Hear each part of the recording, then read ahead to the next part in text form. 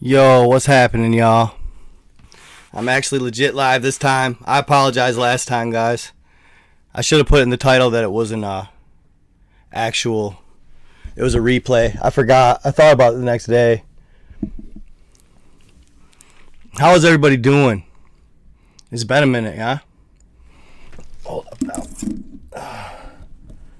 Hold on. Sorry, guys. Do something real quick. Lower my camera on TikTok here. Man. Hopefully someday TikTok will actually allow you to go live on a PC and actually work with companies like Restream. You know what I'm saying? Can y'all hear me good? Y'all can hear me good? Solid. Yeah, I know. I'm actually live at a decent time for once, right? What up, Missouri? I'm going to join on YouTube. Yeah, I'm probably going to navigate and go to different spots.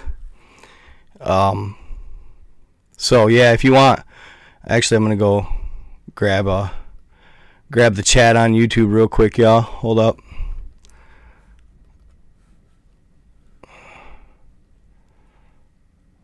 YouTube.com. Bing. YouTube.com. Pop-up chat. There we go. And back out. So there's no echo here. So did you guys what up, gang? Gang. How's everybody doing? Everybody was all worried about me the other day with my live. I noticed everybody's all worried about me. Because I had it. It was a replay. I probably should have clarified that right away. I should have put it in the title. I didn't. And another thing I should have done is loop it. I wish I would have looped it so it wouldn't just stop playing and be the camera facing down. You know what I'm saying? Yeah, no, I'm all good. There was nothing. I was sleeping, actually. It was the first time I'd ever done that. I never have replayed live, and I just wanted to see about it, how it would do. Because I see people doing it often. Here, I want to center my camera up a little bit here. No, hold on. This way. No, it's not that way. Alright, try that. My box. There we go. I like to be centered. I'm particular like that. How's everybody doing on TikTok? What's happening in TikTok? I haven't been live on TikTok in forever. But I just figured I'd go live, check y'all out, see how you been. Back off the mic. Thank you. I appreciate that, Lori. Let me do this here. Let me lower it a little bit here. Was that obnoxiously loud? Yeah. Appreciate it. What up, Yoda? What up? Yeah, like and share this stream as much as you possibly can. Please. That'd be great. Any donations? Very appreciated. Keeps me going, keeps me grinding. I love all the love I've been getting from you guys. Thank you, Steven. I appreciate you. Chicago in the house. Yeah, where are y'all from? Throw up your city. Rep your city. Good morning. So what do you guys think? So what we're going to talk about, I want to talk some more about the Salomon Island Giants. Yeah, that video on the, what is it? Something with the water or something like that. That's crazy, y'all. I don't even know what to think of that. But I'm not going to openly talk about it in my live just because that's a touchy subject. But yeah, sketchy for sure. What was that called, you guys? What was it? Something in the water or something. Yeah, I've been getting a lot of those. New York, Tulsa, Oklahoma, Joplin, Missouri, Louisiana, in the house. What's up? Davenport, Iowa, Red Bluff, Cali, nice. Australia, love my Australia peeps. Birmingham, Houston, Texas in the house. Powell was Wyoming. Powell, Wyoming. What's up? What's up? Yeah, no. Yeah. Did you guys see my video? So I took it down off Facebook because Facebook was obviously not vibing with that video of the suspected mermaid guys on TikTok. And then all other, Twitter, Telegram, what's up, Twitch, what's up. Nobody on anyway. But yeah, that mermaid that's viral right now. Let me say that again. Mermaid. It's sad because some people just want it to be so real that they want it to be so real, so bad that they literally. Thank you so much for the donation, Carolyn Gibson. You are awesome. Good to see you, girl. Good to see you. Still holding it down with Night God. I appreciate it. For real. I had a little slump there for a while, guys. The Salomon Island Giants stories, they hit, man. They're awesome. They're great stories, but for some reason, they don't seem to get pushed to the For You page, unfortunately. I think it's just, we're at a point where I feel like we could, release all that info to the public and stuff like that. And it wouldn't, it would shock some. I'm sure it would shock some. Because, with it being, the way I tell my stories, like, people can always kind of question whether or not, what's going on with TikTok? It's like frozen. All right. TikTok's frozen. Okay. We're all good here though, right? Yeah, we're way down here. Shit. Everybody good? We good? I'm like freezing? What the fuck? Could it be the weather? Oh, we good? Okay, cool. Yeah, TikTok's frozen. TikTok is absolutely frozen. Holy crap, y'all. That sounds like you were attacked by the oligarchy of hate from Howard, Mildred Howard.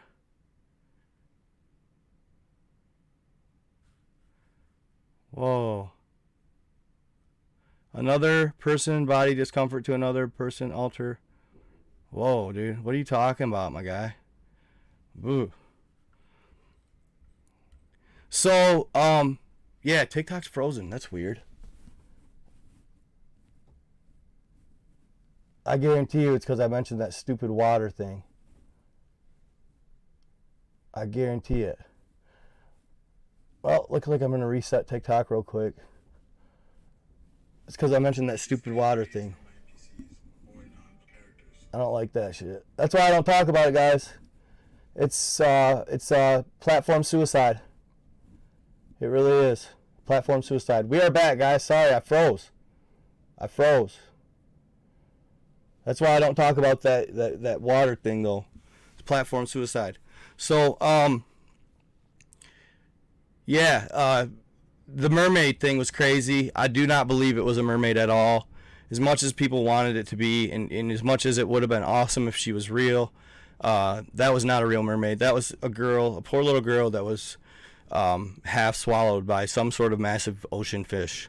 And somebody exploited her for the moment and the clout, unfortunately. But I don't want to really beat that up either. That's kind of a touchy one. I don't know why, but the platforms don't like that either. But no, yeah. So the Salomon Island Giants is a crazy thing.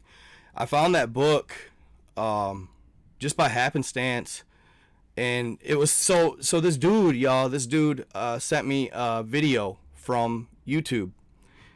That was a video of this dude named what I want to say, Dr. Brian Johnson, maybe. Dr. Brian Johnson. But anyway, he's seen something fall from the sky near his house, and went to look and investigate it. And what he found was like truly amazing. This was back in the 90s.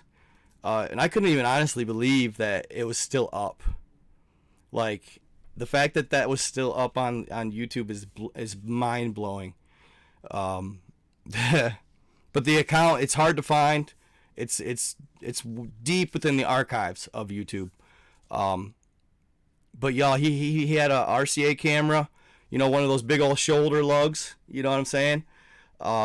And he went home, got it, and went back to the site of the crash, and you can just tell by the way he is, like, literally, he's like, he's scared to death, and he even, like, gags and stuff, like he's like getting sick to his stomach. He's like, you know, it's like just too realistic to be fake to me. But I'd love to share it, but man, I don't know, man. That's a scary one to share with y'all, like,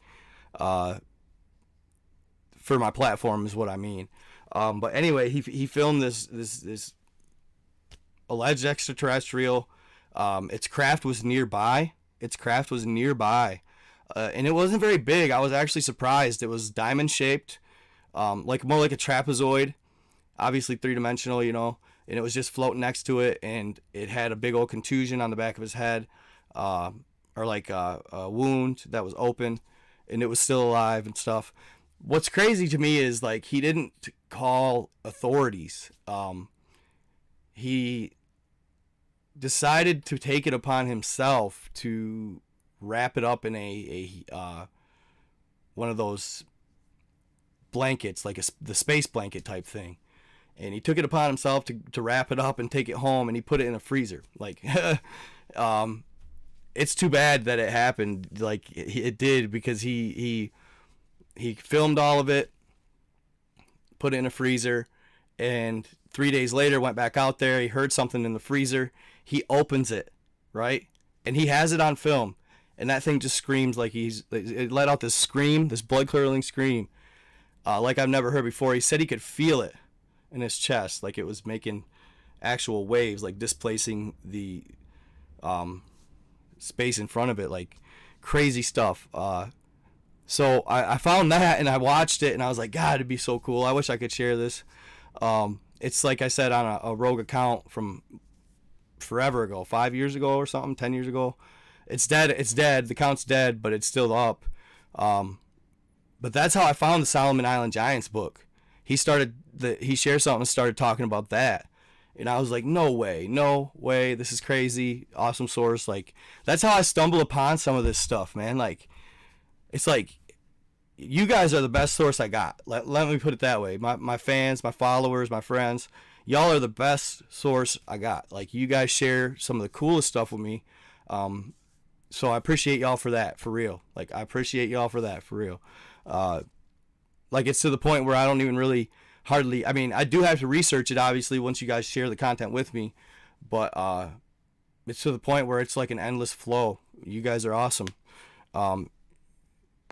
Like, you know, lately it's, and you guys keep me on to, y'all guys also keep me on to what's popping at the moment. Like the Mystery Flesh Pit right now, which I haven't done a video on.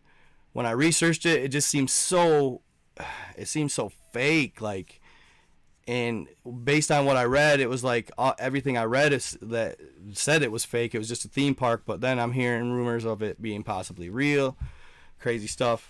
But yeah, I started reading some of the stories in that Salomon Island Giants book, and oh my God, you guys, like, there's multiple stories about giants, living giants, that are alive today.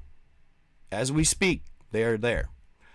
And the accounts from the indigenous people of the Salomon Islands are like nothing I've ever read in giants lore and stories. Like nothing I've ever read. And I had no idea. Like, okay, so the Kandahar giant, yeah, like, I figured that, yes, giants are still in existence. They're just in the subterranean pockets. Okay? And on that note, in Washington State right now, I'm hearing that in Washington State at the moment, they've been having a lot of giant attacks in the national parks, right? So this guy, I watched a video yesterday on, this dude was talking about it and talking about the attacks. Like, park rangers are getting attacked. But everybody's being told not to say a word. It's supposed to be kept secret, right?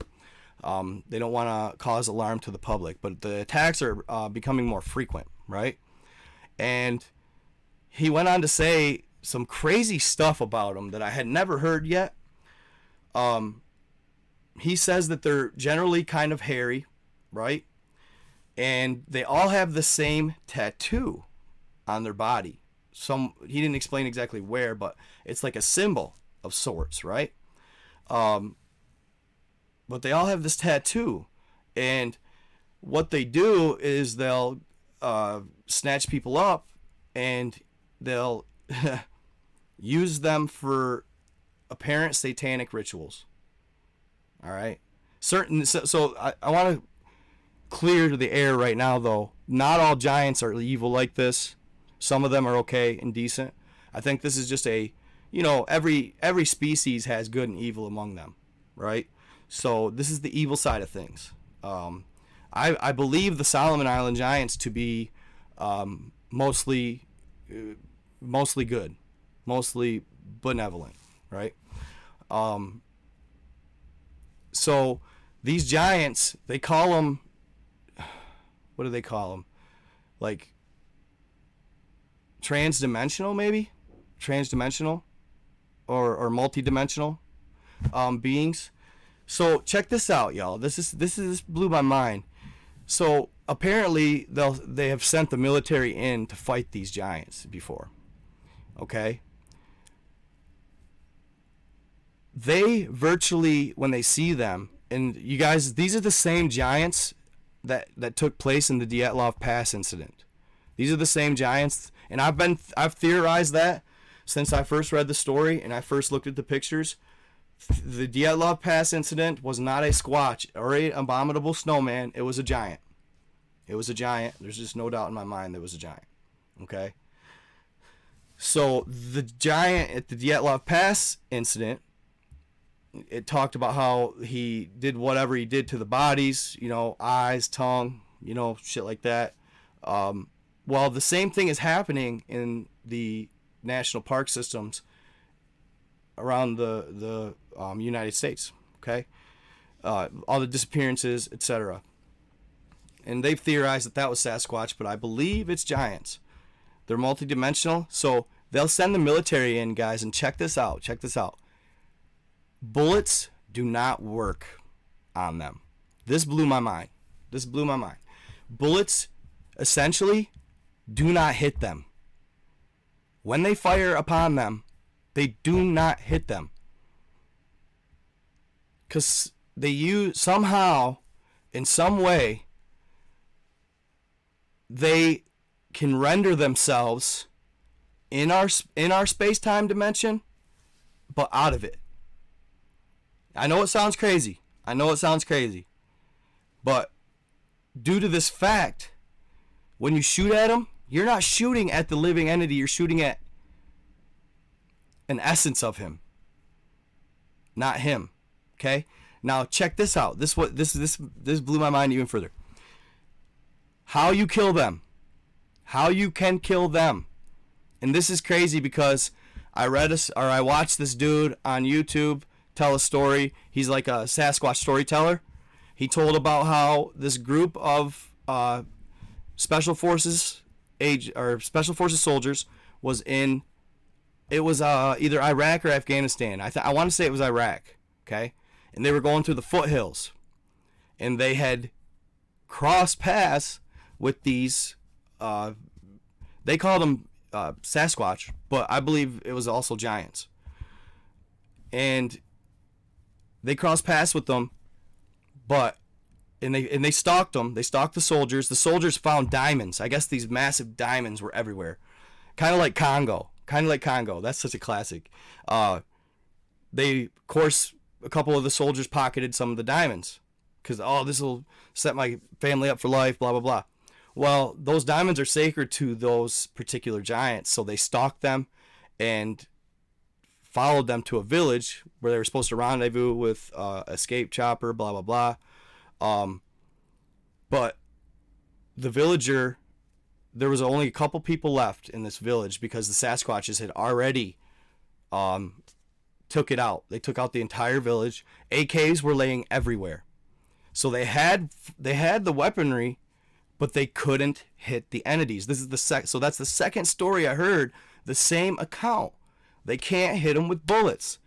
The only way to kill him is by using knives or swords, weaponry like that. Forged knives or swords.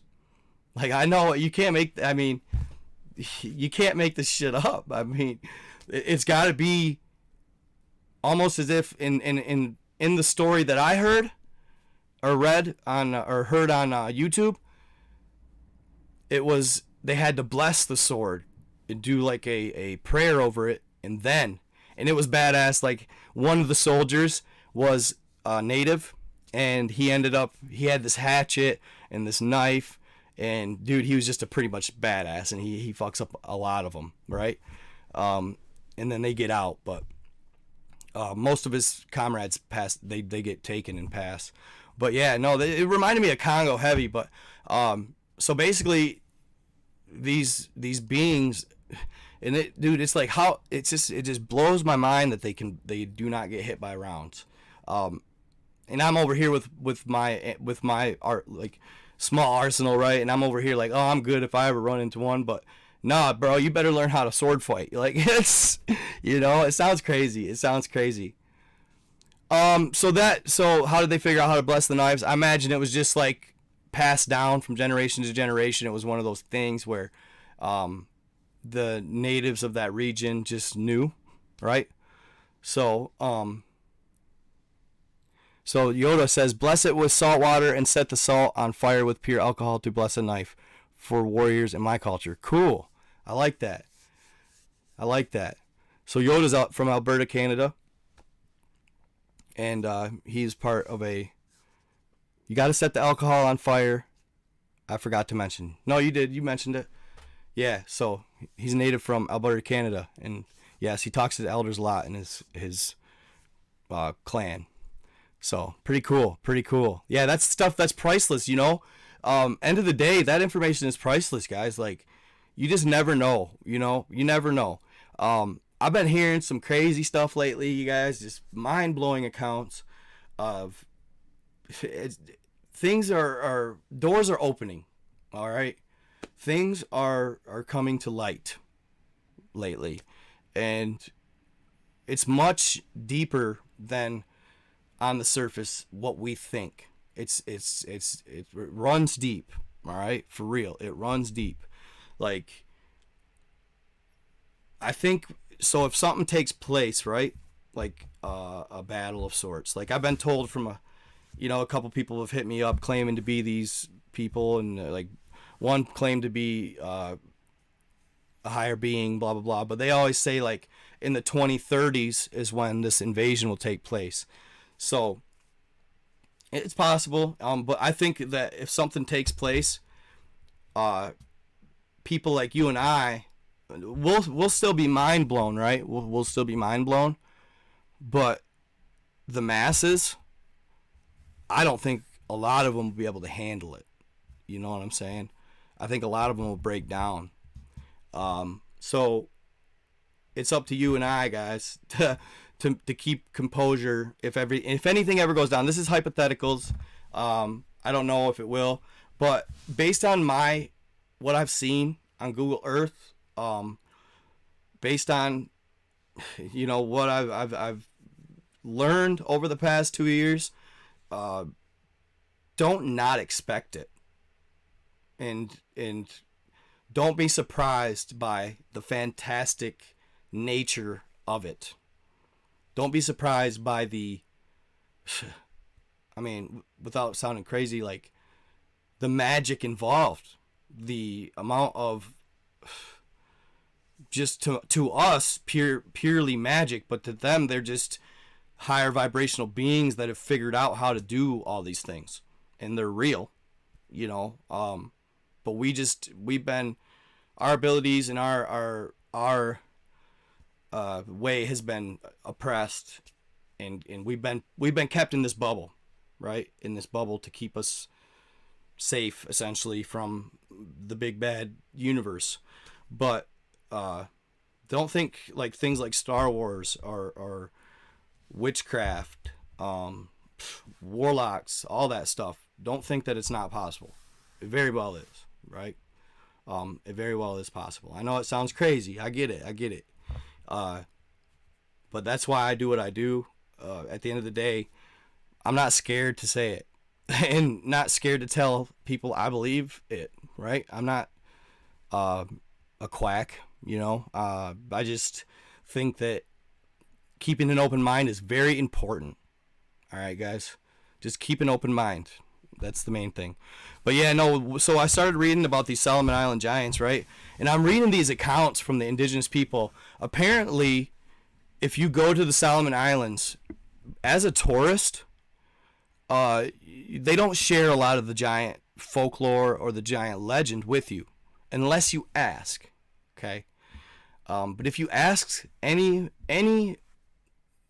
Solomon Island native,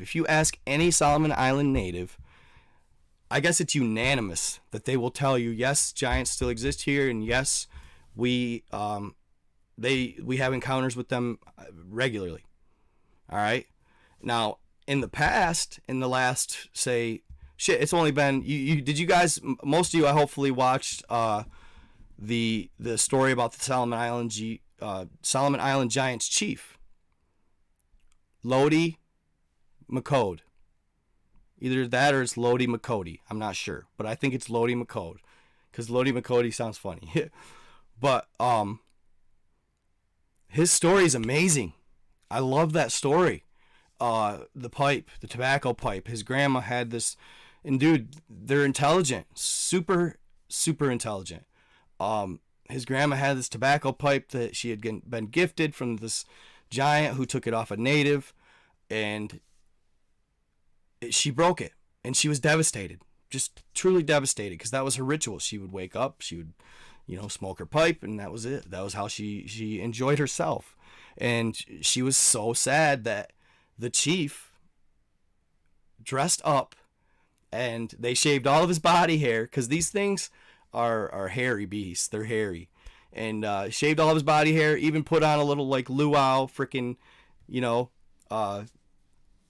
skirt, I guess, made out of plants, and went down and tried to get one, but he actually got caught in the slave trade. And he got lured onto a ship, locked up, and he was heading to Australia to get sold, basically. And he was like totally devastated, could not believe what was happening. But he looked funny to the people. All the natives knew that he was a giant, and they were all locked up in cages below deck. All right, they all knew he was a giant. The white man didn't have a clue, and this was in probably the 1870s, mid to late 1870s, and he got taken to Australia. They thought he was going to sell for a mint because he was like gigantic, but everybody was freaked out about how he looked. So he had a flat nose. Okay, this is how they described him, and he had a mouth that stretched from ear to ear. Big old mouse. Okay? So every time I hear this story, guys, I probably shouldn't even mention this, but every time I hear this story, it takes me back to the gentleman on YouTube. Alright? He's on YouTube. Oh crap. He's the something dog trainer. Peter something dog trainer. Or something like that. I have to remember. I can't quite remember. Yeah, he's on there. Peter Locane? Yeah, maybe. Let me look. I gotta look. YouTube. Yeah, so he's the dog. He's always on here as a dog trainer. Dog trainer.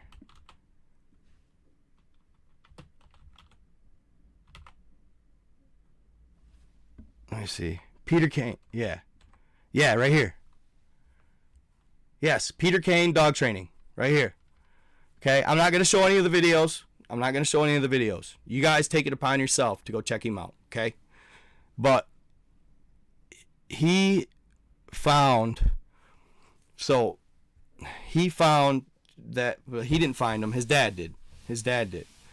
They were out in, like, New York State country. All right? and they ran into these supposed Squatches, all right? And they actually took their high-powered rifles and they took them out, okay? And two of them they were able to keep intact, but the mother and father of the crew, they had to basically dismember to get out of the swamp. But if you go watch some of his stuff, guys, those are exactly what I'm talking about right now. I think. That's just a theory for entertainment purposes only. I'm not sure 100%, but I believe those are possibly what I'm talking about right now. Okay? So he looked really funny, the chief. And when he went up to the podium to be sold, nobody wanted him. He freaked them out. But this old man, he's probably in his 60s or early 70s. He raised his hand at the last minute. They used all their savings. Their farm was failing. He bought the chief. And luckily he was a good-natured old man. So he took him back home, and his wife was like freaked out by what he looked like. And she's like, "What did you buy us?" She was pissed off at him. They went to bed mad that night. But the next day, that changed at the snap of a finger. The next day, they couldn't believe the strength of the chief. Okay? He had the strength of 4 to 5 men. He could pick up logs and boulders that would take 5 guys to pick up and move them with ease. All right? One day the horse went lame that was hauling the plow. He throws the plow on him. He throws the straps on his shoulders, runs the plows the entire field. Like, that's how strong he was. And this is when he was 11 years old. 11 years old. You know what I'm saying? He was young. He wasn't even a teenager yet. So he basically works on this farm, and within the first year, he turns them a profit. And they are so thankful. They feel they've been blessed. They couldn't speak the same language as him, all right? But they could still communicate on a level. They made him stay in a barn, blah, blah, blah. Never let him in the house. But after about a year being there, they decided that they would take Lodi over to the neighbor's house to converse with the other indentured servants, okay, from his native land. Now, this was crazy to me. Apparently, Lodi, they said, was actually, he was black. They called him, they identified him as black, just like the other indentured servants. Okay? So they took him to the neighbors, and none of the servants would even talk to him. They were terrified of him because they knew exactly what he was. He was a giant. All right? Well, he kind of sat by himself, and they all avoided him. Like, so scared, some of them ran into the sugarcane field. Like, just darted the other way. Okay? Because for thousands and thousands of years, you guys, these giants, just like it says in the book of Enoch, the fallen come down, breed with the daughters of men, and then they eat all the livestock and consume everything to the point of there is no livestock left. So at that point, they turn to mankind. And at that point is when God deemed them abominations. Okay? That was the point where God deemed them abominations, when they started consuming mankind. And then he flooded the earth. But in the book of Jubilee, it does say 10% of them survived the flood. That was in the book of Jubilee. 10% of them survived the flood. Well, these giants are that 10%. I believe that they went to the subterranean pockets and somehow survived the flood. Okay? Just like the book of Enoch says, they eat all the livestock and they begin to consume mankind. Now, did you know this? This is a crazy one. I heard this the other day and was kind of mind blown. Thank you so much, dude, for the donation. I appreciate you. Thank you so much. Your content is incredible. You really put your heart into this channel. Thank you for being courageous enough to share. Thank you. I appreciate it. People like you that keep me going, fam. I love all you guys. You guys are awesome.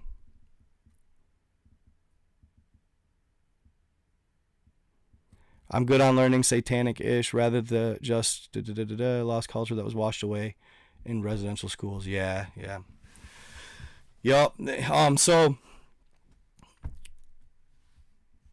the Book of Enoch, and then they continued. So what's crazy is, you guys, it's just mind blowing, and it's like more mind blowing, so much that it's been happening more recently than I ever imagined. It's so crazy. Excuse my language. So over the last thousands of years since the flood, the indigenous people of the Salomon Islands have had to deal with these giants raiding their camps or their villages. Certain ones were worse than others, but they were literally on the menu, all right? And they were considered almost like a delicacy to these giants. And these giants, it was so ingrained in these giants' culture that they thought it was okay. They equated mankind to swine or pigs. They equated mankind to mindless swine, in that we were okay to consume, that it was okay. All right? And it's like, could you imagine it? This culture, the last 5,000 years, has had to deal with this.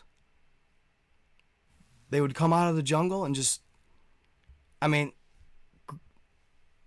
in the middle of the village, grab them up. And you guys, it wasn't like they filleted them. They just whole. It's mind blowing. I know it sounds crazy, but it's mind blowing. So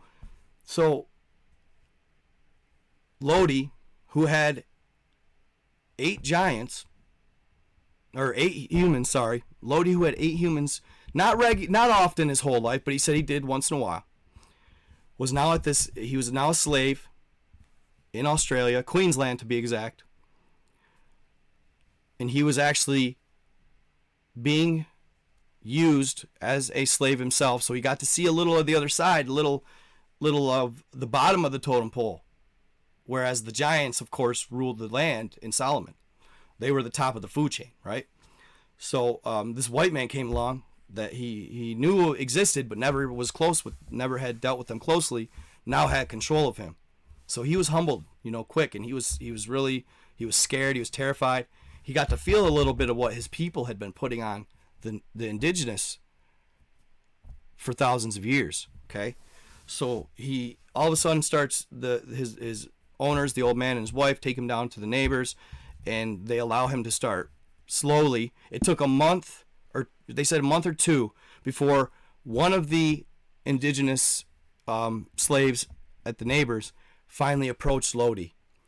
Crazy part. This is crazy. They speak the same language. Rough dialect of what they each talk and speak. They speak the same language as the indigenous people of the Salomon Islands. That blew my mind.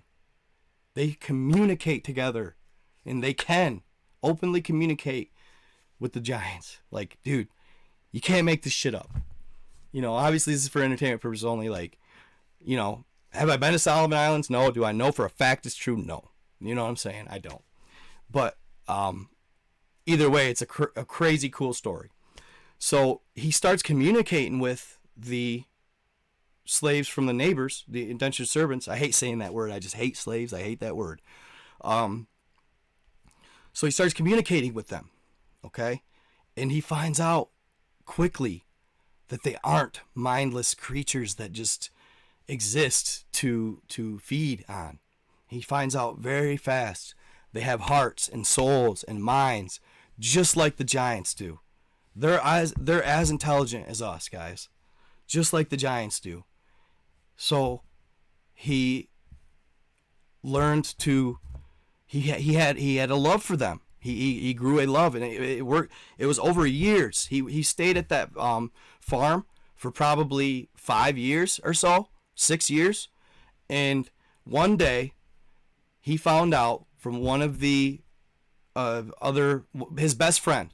So one of his best friends at the neighbors could speak rough English, so he could communicate with the slave owners. Okay? Human consciousness is what creates reality. The two-slit experiment proved this. Beyond a doubt, your thoughts directly impact your reality. Once mastered, you can have anything your heart desires. I truly believe that, Piercing the Veil. Thank you so much for the donation. I truly do believe that. So he tells Lodi that, because Lodi has this entire time had a hope in his heart that he would someday be reunited with his family. All right? Well, his best friend tells him, no, they own you, Lodi. Like, you are not going anywhere as long as they say you're not going anywhere. You're stuck, my guy. You know what I'm saying? Well, taking this hope from Lodi, it just ruined him. It totally just weighted his heart. What do they say? Loss of hope can make the heart sick or something, like cause a sickness of the heart. Well, it did for him. He quit performing on the farm. He quit eating. Like, he was just devastated that he'd never see his family again. That's how much love these giants have in them, right? Like, I know that they're portrayed as these mindless beasts, but they are not.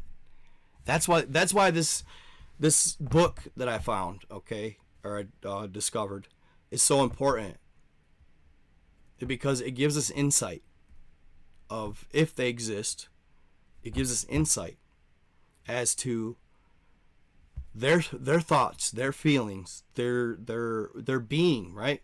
Their state of being. So he gets heart sick for home, and the farmer wonders what the hell is going on. So he goes over to the neighbors and asks his native friends what's going on, and they told him. And the farmer, being the nice guy he is, was like, oh, okay. Well, I can't afford to. He said he was still poor, but he could not afford to pay for him to go back. But this boxing circus was coming to town that had a bunch of professional bare knuckle boxers. Like, could you imagine it? I'm pretty sure bare knuckle boxing is outlawed now, at least in the United States. But bare knuckle boxers. This is back in the 1800s, remember, 1870s. Okay? So these bare knuckle boxers were coming with the circus to town, the sideshow. And what they did was allow locals to hop in the ring with them. And everybody'd place bets, and it would go down. And most of the time, the boxers would smoke the locals, of course. But obviously the old boy knew, well, I got a freaking badass here. This is a giant. Like, he's going to fuck these guys up. So he takes Lodi, doesn't tell his wife, and takes him to town the next day. And he enters him into the boxing match. Lodi has no idea what's going on. He's so confused. But as he's, they weren't going to let him into the tent because he was a native, and they weren't allowed in the boxing matches or the bars.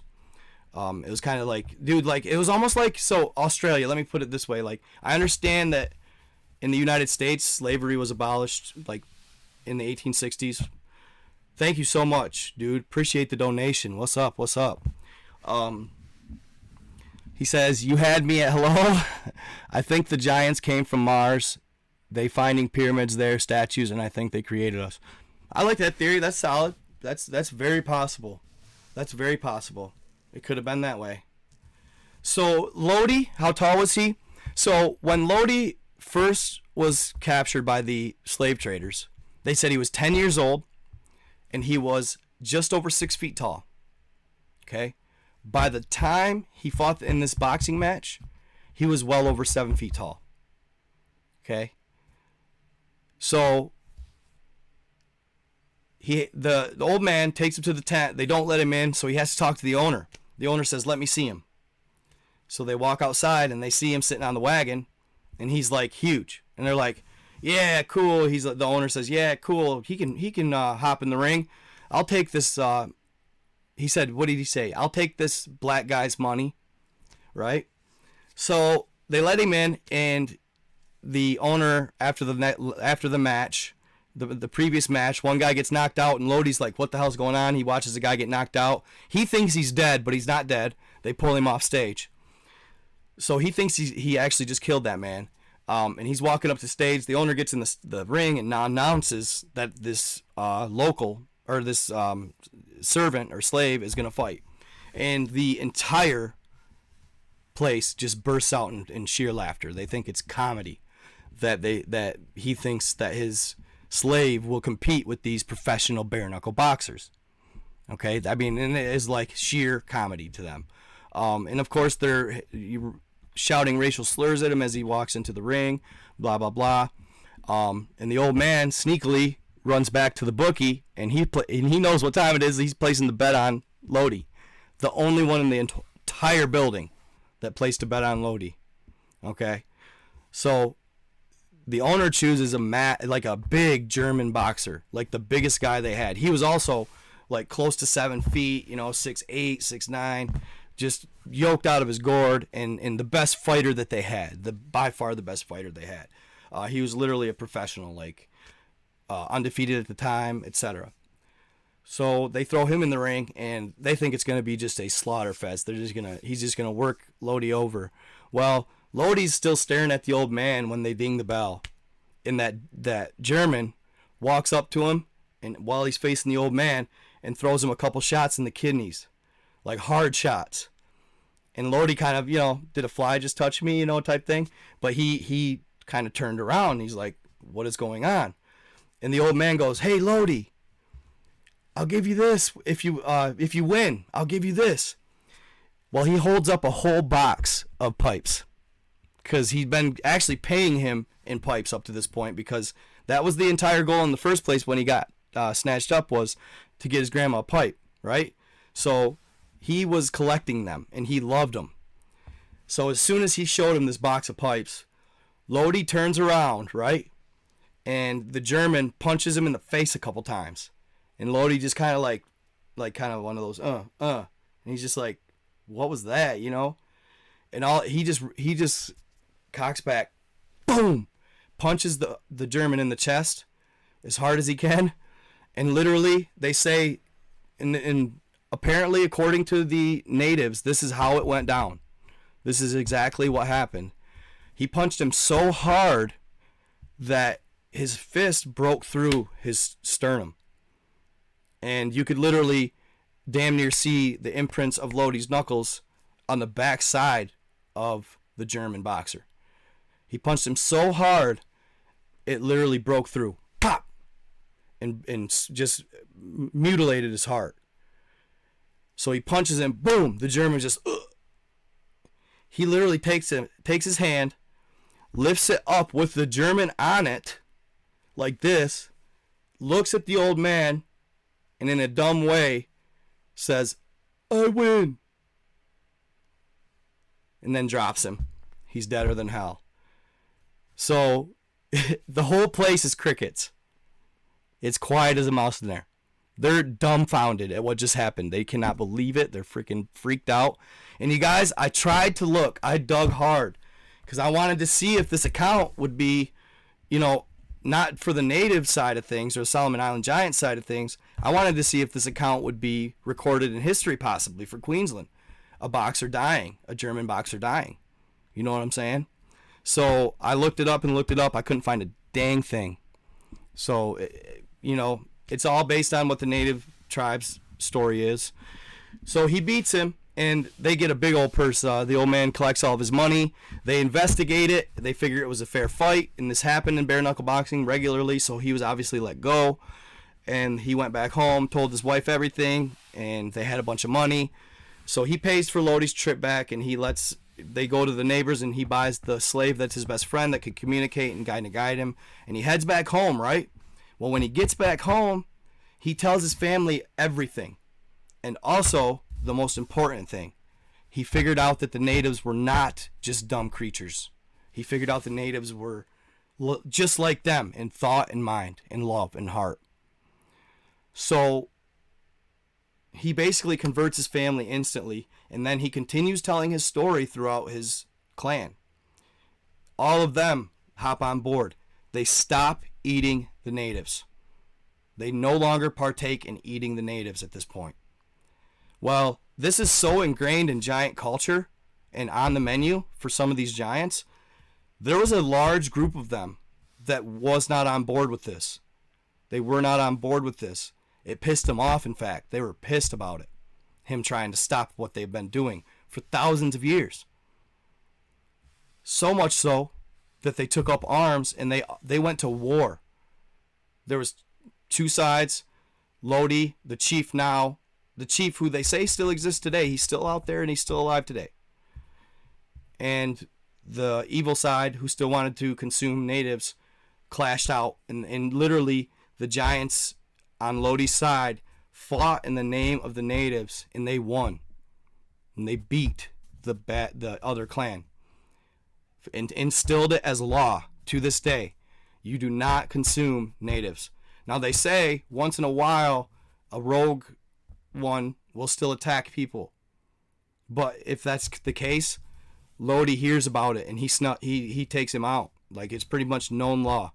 And Lodi is supposedly the baddest giant. Like, he's not to be messed with.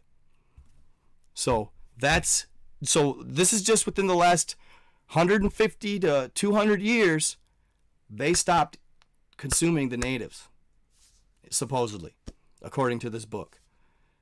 And this war has been going on forever. So that blew my mind. That story was so cool. So what do we take away from it is that we can exist with them on a level, you guys. Like, if they are here and they are here and exist, and they want to emerge, or if they ever do emerge in number, there are good giants that probably would have our backs in the situation of a war breaking out, and we can coexist with them. So, and as I continued reading that book, they still talk about accounts today where tourists have been there. Like, for example, there was one situation where there was a tourist group and they were taking like pictures of something, or they were out near the jungle, and all of a sudden, like, a group of 15 giants, they walked through this opening in the jungle, and they were on a trail. They watched 15 giants walk by them. Totally docile. They do not attack anymore. They are totally coexisting with man on the Salomon Islands. So, in a little more possible verifying of this. So, in World War II, it was thought for the longest time that Japan was in control of the Salomon Islands. For most of the war, they thought Japan was in control of the Salomon Islands. Okay? So, the United States, when they entered the war after Pearl Harbor, were obviously out for Japan. They ally with Australia to take out Japan and take back the Salomon Islands. Because supposedly the Salomon Islands are rich with gold. There is mounds of gold at the Salomon Islands, apparently. But the giants won't let anybody harvest it. They won't let anybody mine it. They always end up wrecking the equipment or whatever. It's their gold. Nobody touches it. All right? Which I thought was kind of cool, really.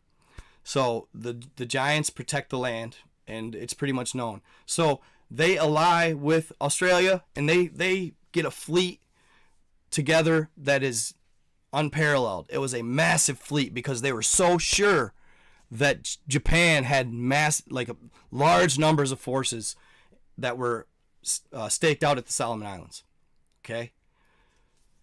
So they get this massive force together, destroyers, tanks. They go to attack, and they're launching those tanks in the water, and thousands of troops are hopping on shore. It's like D-Day, y'all, when they rush these islands. Well, they push and push, waiting for Japan to show face.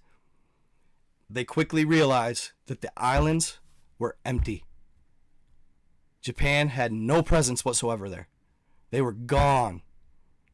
Not a single soldier from Japan was on them islands. They were dumbfounded. But they quickly found out why. When Japan first invaded the Solomons, they got met with something that they weren't expecting. They got met with giants that were pissed off. Pissed. as far as testimony from Japanese soldiers, it said the first night they stayed, they could hear loud wailing coming from deep within the jungle. Loud wailing and crashing. And it got closer and closer as time went by. Well, eventually they showed face, and these giants began attacking the soldiers. They would rip entire trees out and use them as battering rams and clubs. It said they would run through the forest and barrel trees over one by one in a show of strength and in trying to instill fear in these Japanese soldiers. And it did. It worked. They left quickly. They left quickly. They didn't even put up a fight. They left quickly. But they faked this propaganda that they still were in control. And they were in control without being in control for a long time before the U.S. and Australia joined forces and pushed the Salomon Islands, quickly discovering as to they were not there and why they were not there. So the giants pushed them out. They pushed the Japanese out. And they also pushed the American and Australian soldiers out as well. They didn't even try. The Aussies and the U.S. forces, they got out. All right, guys, it's yours, right? And it's just crazy to me, that it's like this is probably one of the last places on Earth where they are a known entity populating these islands. It's just mind-blowing. And it's wild because, King Solomon, right? Well, King Solomon was the son of David from David and Goliath. Okay? And it's actually said that Solomon it's arguable that he never even stepped foot on the Salomon Islands. The Salomon Islands were named by a French explorer, I think. He was French. Don't correct me if I'm wrong. That found the Salomon Islands in the 1600s. And he named them the Salomon Islands because he figured that's where King Solomon got the gold to build the temple in Jerusalem. The temple in Jerusalem, praising God and Christ. Okay. Now, not a lot of people, so King Solomon, he fascinated me very much so. King Solomon it was said that King Solomon could speak to animals. That he could openly communicate with animals. I have never heard this. Once I started reading into King Solomon, it kind of blew my mind. It's also said that he had advanced technology, like automatons or robots that were surrounding his throne. And they would move and they would walk on their own. Have you ever seen the wood lion? The mechanical wooden lion that could walk and move on its own? It's something to the nature of that, but he had a bunch of them. And it said when his temple got overthrown, because he did get overthrown, and the reason he got overthrown is because he had a weak spot for the ladies, all right? And he had a lot of them. Where he went wrong is he started building temples for his ladies and their religion, which actually is a more modernized idea of a melting pot. So he wasn't so Jewish that he didn't like the other religions, but it pissed the people off and his council, and he was eventually overthrown. Okay, but it was funny because nobody could figure out how to operate his robots. They would only operate when he was around. So he was advanced in some case. He was divine, could speak to animals, all that stuff. Like when I read that, I was like, wow, that's crazy. I was just talking to somebody about this, how I believe mankind used to openly communicate with animals. And I do believe we did. I believe at one time we did communicate with animals. It's just been lost over time. Okay? Crazy. But I do believe that. It was almost like So I believe that there was a great war, almost like an Avatar style war in comparison. But recently I'd heard a new account that kind of blew my mind. I had always thought that we won, but I'm not so sure about that anymore. It's hard to say. It's hard to say. It's hard to kind of explain. But no, the Salomon Islands, that book, you guys, I highly recommend it. It's called The Mysteries of the Salomon Islands. It's by Marius. Oh, shit. I'm gonna. All right, hold on here.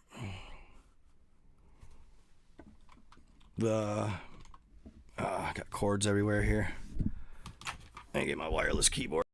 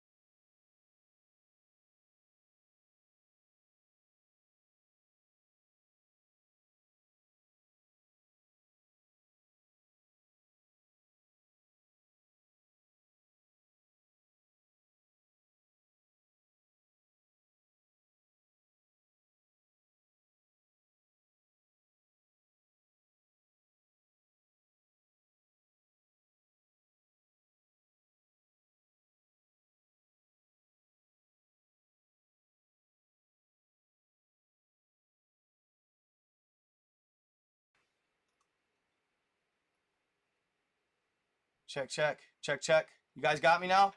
You guys got me now? That was weird, bro. I did realize it. I know what's going on. I did realize it, fam. That was weird as hell. Nah, dude, my cord didn't unplug or nothing. I don't know why I did that. I just went to my Logitech camera mic. God. Why? I swear, bro. There is somebody, bro. Or there is a entity out there who does this to me. I swear to God. How frustrating, dude. Like, how the fuck? Like, my shit did not unplug. Like, this didn't unplug at all. It was all plugged in still. My mic was on. The only thing I did was move my keyboard. That was weird, fam. That was weird. Either way, are we good now? Can you hear me, Deece? I had to go into the settings on OBS to fix it. I had to go into the settings and go to here, right here. I'll show you. Settings, audio, and then I had to pick my Logitech camera right here. If you guys can still see the display, right? But yeah, I had to pick my Logitech camera and then apply, and boom, it worked. Sorry, guys. My God, dang, man. I don't know what I was talking about. Oh, it was right before I went to present that book to you guys. It was right. Oh, you can't see? Hold up. Well, yeah, hold up. There we go. You guys good now? Good? Good to go? I'll check it out, Angela Ray. Thank you. Yeah, I got a new computer, guys. It's sick. It's sick. I got an LG Ultra Gear monitor. I still have my laptop as my base. So, like, I'm not going to lie, I'm getting kind of savvy. Like, minorly savvy. Nothing like some people are, but when I bought this laptop, it was a gaming laptop. It only had 16 gigs of RAM, and it only had 256 gigs of memory. So I went out and I bought the tools to pop it off, pop the bottom off, and work on it. I went out and bought the tools, and then I bought an SSD drive. That's a Tera. Installed it, plugged it in, and now I use that for my memory. Plus, I bought two 16 gig RAM sticks and replaced the two 8 gig. Or no, yeah. So now I'm running 32 gigs of RAM. Yeah, I was only running 16. So yeah, it's pretty cool. I'm pretty pumped about it. So yeah, now I'm running faster. I can stream anything and everything. Also, I just went and called my cable company, and I just upgraded to 1,000 megs or a gig of speed instead of just 400 is what I was running before. So yeah. But yeah, no, the Salomon Islands was the craziest stories. There's more than that. You guys saw my twin story about the twins and the daughter of the chief who got cast out because she had premarital intercourse or whatever and got pregnant with these twins, which was very much against the laws of the tribe. Yeah, that was crazy. That's a good story. And then they end up coming back and killing the giant. There's another crazy one too. Like, there's some crazy stories in there. And they also say that there is a huge alien presence on the Salomon Islands. So, yeah, I figured it would, Russ. I figured that'd make a huge difference with my latency and stuff like that. So, thank you. I appreciate that, Wounded Angel. Thank you. Yeah, that was a good one. And that one's actually popping pretty good on YouTube. So I'm pretty excited about that. The only thing I feared, guys, and maybe you can give me some insight on this. The only thing I feared of all that and sharing these stories was, could I get copyright infringement? And I obviously wasn't reading them word for word. I didn't more or less told the story in my own words, in my own way. But nevertheless, I feel, and that's why I reference the book a lot. At the end of the day, I referenced it a lot because if it just so happens that the author stumbles upon my work, I don't want to piss him off that I'm using his stories and making and essentially small profit off him. Not much, but small. Um, that's why I really reference his book. I'm kind of hoping that his sales go up all of a sudden. Maybe out of the blue, his sales will go up. Hopefully. So, yeah. He said, my brother, I went on Amazon to go buy that book, and they're charging close to $800, bro. What? I found it for 60. If you get on your iPhone, right, or get on your phone, download it digitally. Get on your phone app for books and download it digitally. It was 15 bucks. Are you serious? They're charging that, dude. I wonder if it's since I. Oh, dude, I gotta go check this out. I gotta go check this out. Um, I want to see this. I wonder if it's since I started sharing the stories, y'all. Solomon Island, or the mysteries. That's what it's called. Mysteries of the Salomon.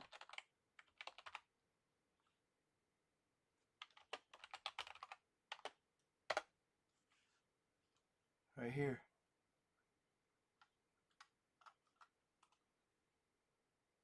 Yeah, 80 bucks. 80 bucks for the paperback. But you can find it digitally. You can find it digitally. Yeah, that's what I downloaded was the digital copy, guys. It's a lot cheaper. It was only 15 bucks on the digital end.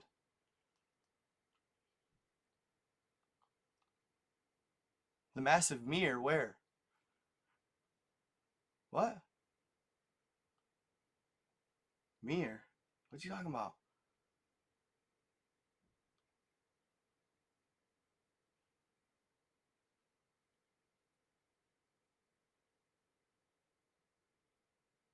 Yeah, so you guys, I apologize again on that. That live wasn't live. It was a replay. Oh. Oh. Well, here. Here. Boom. Is that better? Now we're on the page. Is that better? Truth cowgirl? What do you mean fractalize? What's that mean?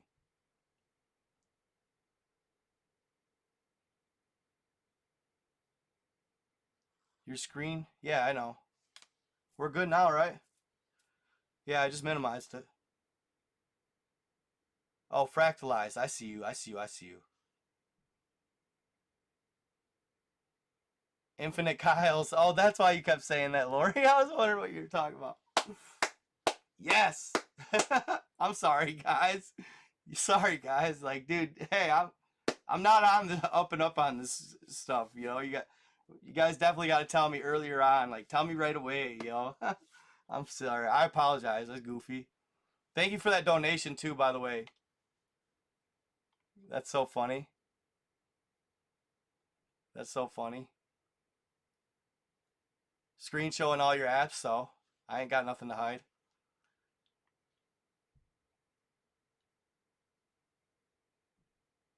Yeah, absolutely. Yeah, no, people liked it a lot. Yeah, a lot of these are videos of mine. Like I like throwing them to the desktop because it makes it easier to navigate with them sometimes. I don't know why, but it's a pain in the ass to find like videos that you transfer at times. So, all right, I want to talk about so all right, so you guys wanted to see some Google Earth stuff real quick. I'll share a little bit of it. Not a lot of it, but a little bit of it. So, you guys, those that were at the live for the Monte Arbarno map of 1587, you guys remember when I showed you uh, the bird, right, carrying the elephant? Okay, the bird carrying the elephant.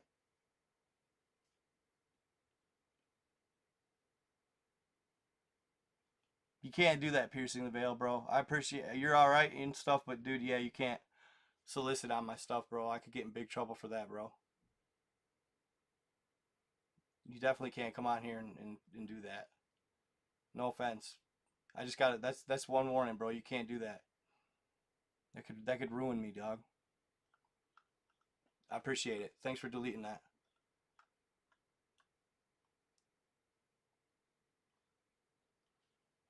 Yeah, that ruined me, brother. All right, so I'm glad YouTube likes they hide comments at times.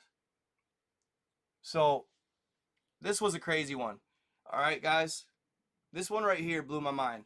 So I believe they talk about this, and this bird is legend and lore from many different cultures. This massive bird, right? This massive bird that could literally carry elephants is legend and lore. They call it the ROC. It's like rock in Islamic culture. So I've been reading about this gentleman who was named in Sinbad the Sailor. Sinbad the Sailor. His legends and his stories of what he runs into while sailing the seas are crazy. He talks about the Al-Dajuj, which is, I think, another name for Gog and Magog. But supposedly, Al-Dajuj is on an island, which is crazy. I put this together after reading about him, and then there was the story of I read about him, and then there was this story, and then the map, the Monte Albano map, okay, which I'm going to show you. It's crazy. So there's this legend that there's this Cyclops Giant, okay? There's a Cyclops Giant on an island in the ocean in chains and shackles, all right? He is being held there until the day he is released to wreak havoc upon the earth, all right?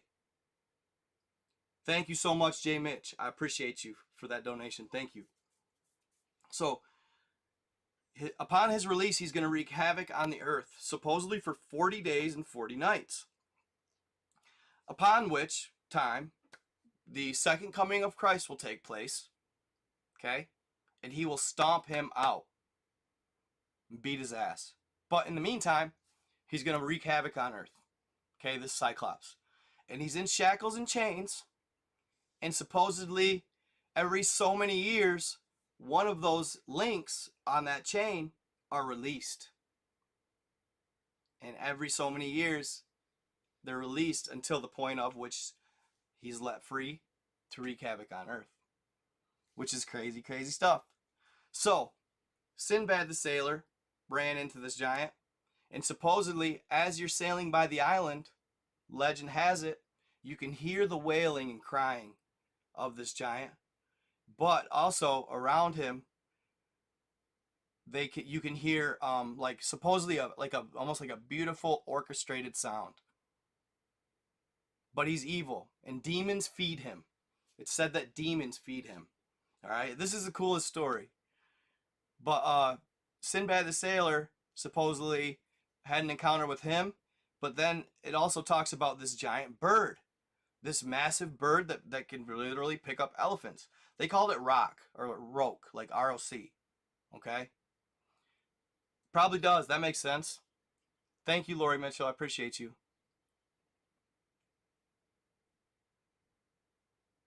Well, no, not that. So you guys obviously know that's not the Sinbad I'm talking about. And they do try to say that Sinbad never took place, but Sinbad has been recorded saying it did. But anyway, I got this from a follower. He sent me this picture. And I was like, no shit. Check it out.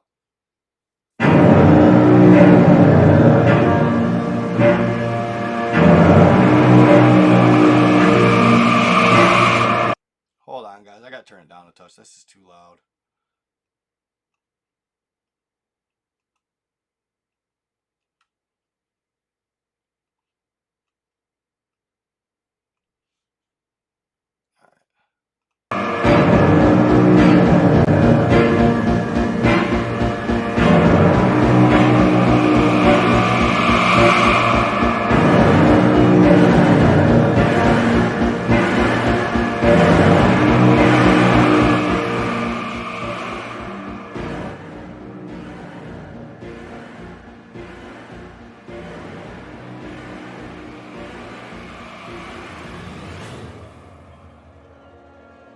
See the shape?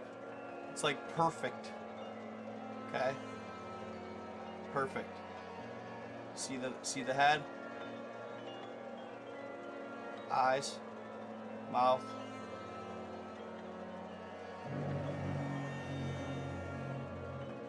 You can even see his little nostril. It always does this to me. It renders every time. So, that right there, I believe to be possibly that massive bird's egg. And it looks like it's in a place where a net or a nest could be, like a little cove of a nest.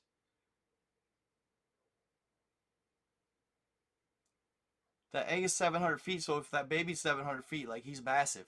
This is if that's so. I want to tell you guys a story right now. I was watching this gentleman on YouTube the other day. Okay, I was watching this. Oh, sorry, you TikTokers couldn't see it. You'd have to hop over in my YouTube to see it. I apologize, guys. So I'm not 100% of that big tech, because truly, the more I look at it, that was a theory of mine about the bird. But truly, the more I look at it, it does look more like a dragon. It does look more like a dragon on at the head portion. Absolutely does. And that's a big ass dragon, bro. So what if that egg is still dormant and it's egg that only hatches thousands of years later?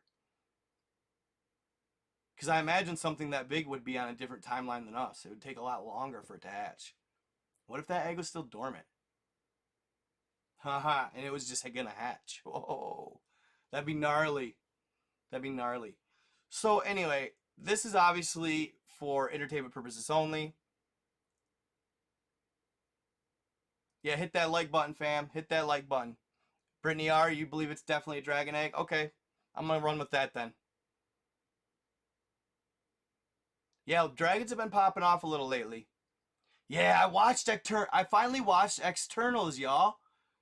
I finally watched it, and that was fucking gnarly, bro. That movie was gnarly.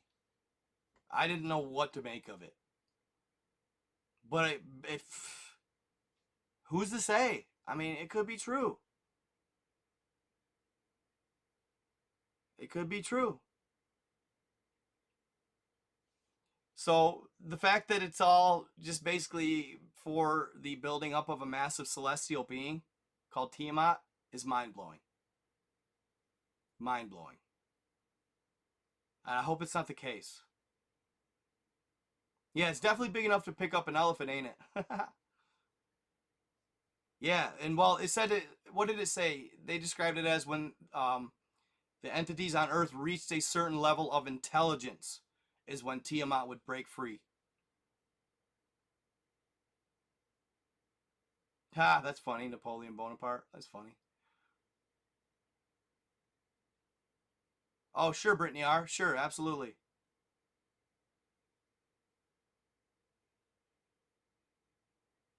Yeah, yeah. I found one giant on Google Earth. Eternals. Eternals. Which was crazy. It was a good movie. I liked it a lot. I did. So I watched this dude the other day, and he was talking about the Bermuda Triangle. Okay. Yes, there has been a large uptick of fantastical and magical creatures lately, because the veil is thinning. So on a side note, this is kind of crazy, guys. I was watching a video the other day on YouTube, and it's alleged that it's a video that was true video from Lance Armstrong when he went to Neil Armstrong. I said Lance. Neil Armstrong. As soon as I said that, I knew I was wrong. I'm like, what the hell? That does not sound right. Neil Armstrong um, had video. There's actual video of him on the moon, and he's exploring this massive structure on the moon, right? Massive structure, guys. And the night I watched it originally, right? I had been going ham on content and stuff for over. I had stayed up over 24 hours. It wasn't quite, it wasn't like 2 or 3 days or nothing like that. It was like I stayed up one night, all night, doing content, and stayed up the whole next day. And I was going into the next night, and it was like 12 to 2 o'clock. Okay, I was really tired, but I stumbled upon this video, the Neil Armstrong video, and I watched it. And you guys, I don't know how to explain it, but when I watched it the first time, right? Like I said, I had been up, you know, and was getting ready for bed, but I had to watch this one last video. And I was eating, but I hadn't ate a lot in that meantime, because I was just so into what I was doing. So I was sort of fasting. If you guys don't know what fasting is, it's just the act of not eating for days, and it's supposed to bring you closer to God. Okay? Well, it took me years to understand because I never understood fasting. I used to think it was so stupid. But it's not. Okay? Fasting is definitely a method of being closer to God that works. So I'd been up and I hadn't ate a lot. I was about ready to eat and crash the shit out. And I did after this. But I watched this video with Neil Armstrong and an alleged Neil Armstrong on the moon in a structure. And when I watched it on my phone the first time, and mind you, this is video. It's not like I'm seeing it in real life. It's video. I could not believe what I was seeing. Okay? I was seeing entities like all over. Massive ones. Some of them were like light energies that looked like they were dying. Like they looked like a Loch Ness floating through the air. Some of them looked like ETs, right? In this video. Like, it was so blatant, you guys. I'm serious. I can think of it in my head and picture it right now. And I just remember as I was watching it being so mind blown. Like, I cannot believe I just found this video. This shit is lit. It's gonna pop. Like, let's go, right? And I'm looking, and I watched it 2 or 3 times, and seen the same type of entities each time in this video. One of them was blatant, like sitting on these stairs, and it was a dark being. And dude, like one of them, as he's walking into the structure, I keep thinking to myself, and as I'm watching the video, I'm going, how is he not reacting to these things that are standing right next to him? Like, he's literally walking right towards these beings. How is he not reacting? I don't understand it. Like, it's freaking me out almost, right? So I watched the video, and I'm like, wow, this is like fire content, right? I put it down, my phone, and I eat and I go to bed. I wake up the next day, okay? I wake up the next day, and one of my buddies who's also into this content was come over. And I was like, bro, you got to check out this video, man. This is Neil Armstrong on the moon. Like, he's in a structure, and dude, you should wait till you see all the entities. Wait till you see all the entities, bro. I fucking play the video. Nada. None of them were there.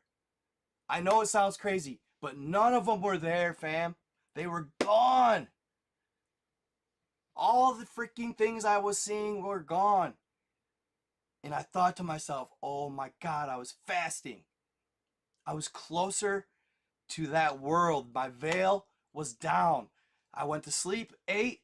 I was in a regular state of mind. And now it was back up. I could no longer see the entities that I saw the night before. It was so gnarly. Dude, it still fucking gets me today. I'm just like, whoa, it's real. Like, what? You know what I mean? Wow. It is. It's creepy. It's like, yeah. Yeah. Yeah, one day fasting is the easiest. And that's where I was at about Thomas Mayer.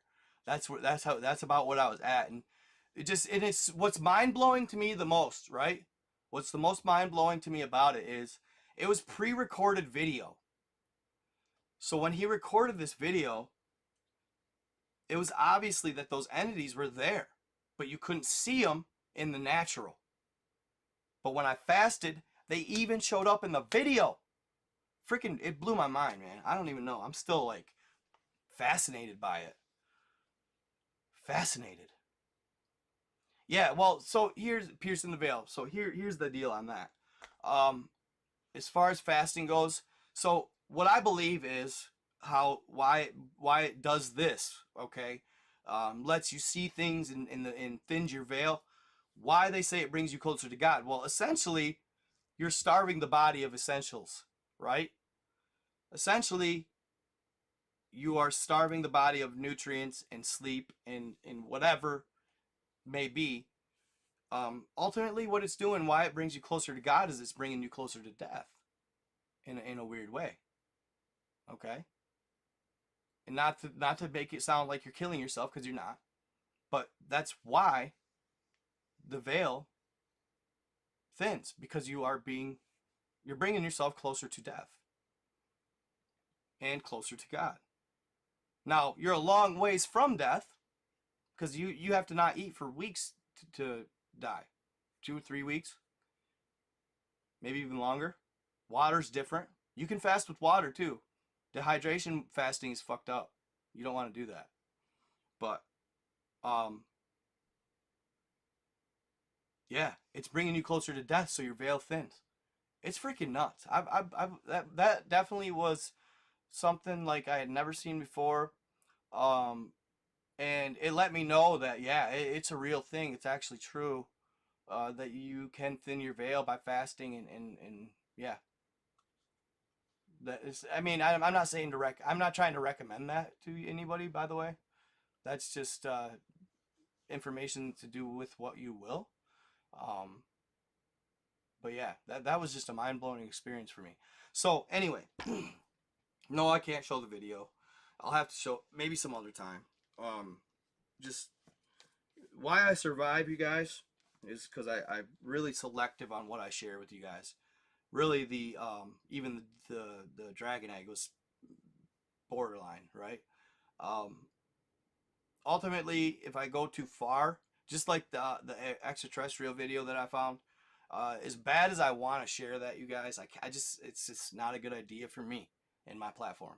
Uh, if I want to continue to be able to share with you guys, if I want to continue to be relevant in the creating world and be essentially self-employed, because this is pretty much what I do, and I love what I do. I really enjoy it. I have to be really selective. You know, I was pretty pumped because I've always, it's always a concern for me. My content's always a concern, and I'm always a little afraid to share certain things, or I'm afraid I'm going to wake up and I'm going to be demonetized, or my account's going to be banned or gone. Okay, I do worry about that. So um, that's why I'm I censor myself, because it's just what needs to happen for me to survive. um, Unfortunately, I picked the most edgy content to pop, but I don't think I would have done it any other way. As far as I would never have popped any, talking about animals. So I'm glad it all worked out, but that's why I want to keep it worked out. But nevertheless, Facebook actually gave me some hope. Facebook kind of reassured my establishing on their platform, because they just and this is only a select group of creators get this, the ability to share in-stream ads while live,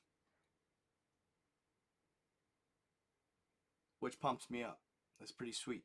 So the fact that they just released that to me, I now my in-stream lives have ads. Just probably scroll at the bottom or whatever. Yeah, it really makes a big difference. So, like I said, it's only a select group of creators, so they must be vibing with me on some level. Because I really was nervous, fam. I really was nervous about the Solomon Island Giants. About the Solomon Island Giants. That one scared me.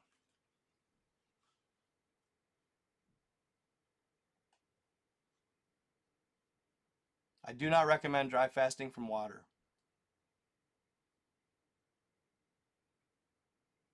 Yes, ma'am. Thank you, the potion fairy. The only thing I eat while fasting is monatomic elements. Gold platinum. Are you fucking serious? Piercing the veil? That's crazy. Skinwalker Ranch is real. The TV show stunk on ice. You know, a lot of people hate on Facebook, but I'll tell you what. Um, it's weird. Obviously I get the comparison. I share the exact same stories on Facebook that I do YouTube. All right. Um, it's so odd how it's the selective status that each platform will share and won't share. For example, my video on the alleged mermaid that was not a mermaid. You'll never convince me. The alleged mermaid. When I shared that on Facebook, it was like crickets, nothing. I didn't get shit for views. It was getting held back. Facebook is not vibing with that video at all whatsoever. But on the other hand, YouTube, and I think it had largely had to do with the fact that I called what it really was. Okay, I think that I debunked it. That was a big factor in YouTube pushing that video, and they had pushed it out there um, with no restrictions. Now, did they monetize that video? It was limited, so I just took off the monetization. So it's not showing commercials or ads, understandably so, but they're not holding it back as far as views go. So yeah, it's just weird. Like, so Facebook didn't even allow it at all. YouTube's pushing it decently. Facebook wouldn't allow my Admiral Richard Burr story whatsoever to pop. YouTube allowed it to pop. Now, on the other hand, YouTube has held things back that I didn't think were that bad, and while Facebook totally monetized them and greenlighted them. So it's just what it is. I think it's just, you get individuals, but as far as they go though, I gotta say, you guys, like, a lot of people complain about them as far as the censoring goes. They're not that bad, really. Um, I've seen. I mean, they are quite lenient. Should it be total freedom? There's got to be a fine line in there. As far as total freedom of whatever you want to say, because certain things offend certain people, and total fabrication and lies. I don't know. It's a tough call on that, but uh, nevertheless, they Facebook is actually pretty damn lenient. They're right close with YouTube as far as content goes. But I'll tell you, the pool on Facebook's bigger than the pool on, because obviously it's Facebook. I mean, shit. But yeah.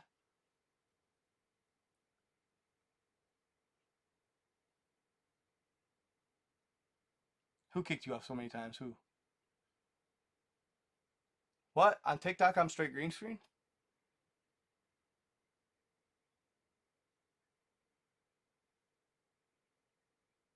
How, what? Will I invite people to the stream?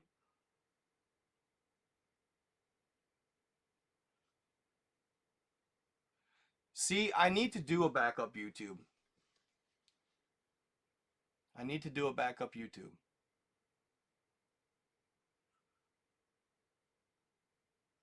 But honestly, I'm pretty good. I mean, YouTube hasn't been. I've been doing well with them. I would imagine they would demonetize me long before they deleted me. So I think I'm doing okay, and I think a big part of why I do okay is because of my vibe, and I try to share love and light, and try to avoid the negative and haters in the trolls that hate on everybody and are mad at the world. I try to just and preach that people treat each other decent, be kind to others. The message you send at the end of the day, while sharing crazy cool content and edgy content, at the end of the day, the message that you send to people and the vibe and the style of living in love and light, I think is a good message. So that actually helps me survive any type of censorship as well. Yeah, that sea monster story, bro, that is crazy. Isn't it awesome?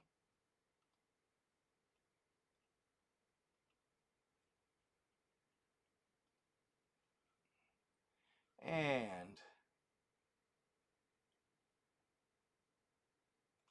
bye.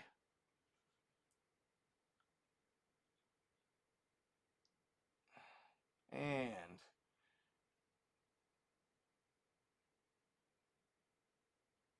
I won't report them. So yeah, what isn't that crazy, dude? Like I think that so the source. I'll tell you the source of that story because it is popping right now, and I knew it would. I was actually super stoked and eager to share that story with everybody. I knew it would pop. I just knew it would because for some reason people they vibe and love stories that have to do with sea creatures and sea monsters. Like probably more so almost than any content that I share. People love the idea of sea monsters, Leviathan, Loch Ness, etc. Yeah, I do this full time. Yeah, I'm self-employed. Right now, I'm doing pretty well, but I got to keep it up. And that grind, it's a grind, guys. Like without you, yeah. Thank you so much, Alternative. Thank you so much for the gift. Without you guys, it wouldn't even be possible. So I really thank you so much, guys, for the support and the love. And one thing you guys could do for me too, do this for me, and please, it'd be solid. On my videos, I've found that on Facebook and YouTube, comments are the most important factor when it comes to the algorithm. Comments, likes, but comments really push videos. So please, especially on Facebook lately, and I'm trying to get out there more and respond to your comments as well. I'm trying to respond more often, like them, comment back, etc. So yeah, comments have everything to do with the algorithm. So please, hey, right? I don't care if it's one word, love, or like, dislike. I don't care if you don't dislike. If you dislike it, don't be mean, but just say not one of your best, Kyle, or whatever, not one of your best. So we only a tiny fraction of the secrets. Yeah, our oceans are crazy. Thank you, Daniela Rodriguez. Thank you so much. Yeah, and I'm gonna try and start going live for you guys more often too. Um, I really do. Yeah, I like that one too, Lori. That dolphin story is epic. And hey, I looked it up. So I didn't share this in the video, but it said that where they dove, that the two John and Bill in the beginning. I also used different names than the actual story, just cause, um, you know, at the end of the day, I just you got to watch it. You know what I mean when sharing content that you stumble upon, because essentially all content has to stem from somewhere, unless you're Stephen King. Okay, all content has to stem from a source. All right, and essentially you could look at it as all content's copyright. I mean, kind of. You know what I'm saying? Everybody that shares a story or something like that has heard this story from another source, unless you're Stephen King or like a fictional author, like a fiction author. But yeah. So this story I found by a follower, once again shared it on my um, Night Owls page. Okay, so I checked it out, and it was also a part of a rogue style YouTube page that somebody had shared it, and then they were just essentially just gone. Yeah, and I promise I'm gonna try to go live more, you guys. Okay, because dude, I think a part of what and I don't call it a slump so much, but as far as numbers go, uh, they've slightly been dipping, and I think it's to do with me not going live near as often as I was. So, yes. Oh, shoes. As above, so below.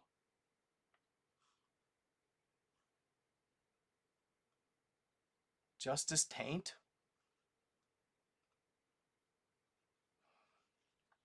Bye. People are so funny.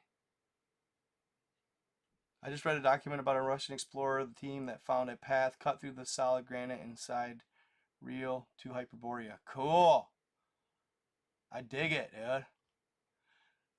I found this dude who was a witness to getting to Middle Earth too. Yeah, they've been saying shortages forever. Yeah, so I am gonna try to get online for you guys more often. I promise. Um, you only use YouTube, Superman? Cool. YouTube's still my number one, guys. YouTube is still my number one. But Facebook, they're treating me well. So I cannot say that they're really anything negative about Facebook. One thing I wish, and I'm not trying to hate at all. I'm just maybe a suggestion. Uh, I don't understand why YouTube doesn't do in-stream ads uh, as well. When Facebook offered me that, I thought, wow, I'm surprised YouTube doesn't have the ability or doesn't promote in-stream ads. Because it's not like during my stream, I'm like, hey guys, we're going to a commercial break. We'll be right back.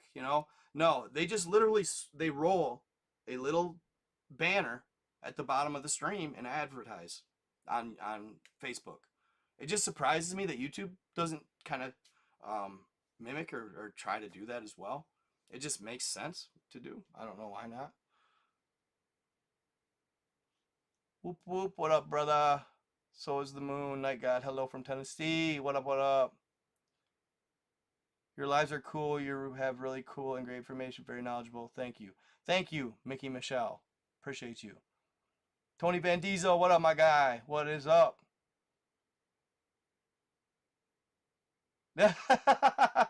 He said it like 5 times. I see you, dog. What up? Yeah, YouTube fam all day, baby. No, I don't think the moon's just plasma. Wow, we can't drop a link in the chat? I don't know. Why? It's not letting you?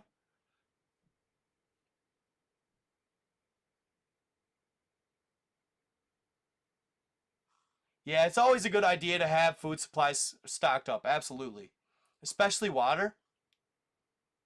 Because you can go a long time. Thank you, Laura Michelle. Or Mitchell. Chris Florence, thank you, bro. That's what's up. Gang, gang. I love the donations, guys. I really do. I shout out and anything you guys want me to say, obviously within reason, but if you donate, I will absolutely 100% read your content. Also, if you are a subscriber on YouTube and Facebook, if you join my membership program, okay, do I make exclusive videos for you guys and stuff? Not necessarily, but during my lives, if you're a member of my membership program and you comment or say anything, I always make it a point to read your comments. And obviously, it's just a huge thank you it's a huge thank you for being a part of that, because bottom line, it's helping me survive. When you guys don't are part of that membership program, it's as low as $3 a month. The one on Facebook might be $4. If you could do it, if you can't, that's okay, no biggie. But it helps me. Bottom line, helps me a lot. So check out my apparel as well. But yes, thank you for the donation. What's up, Tony Van Diesel? How you doing, brother? You doing all right? Chat knows how I feel about the moon and the sun. Cool, I'll check it out.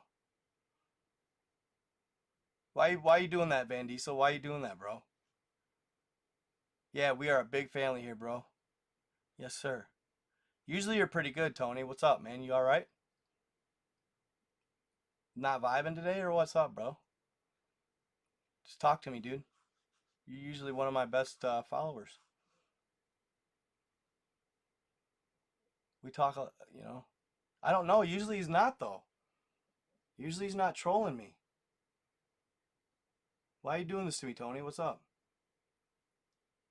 Usually, usually he's one of my best commenters, followers.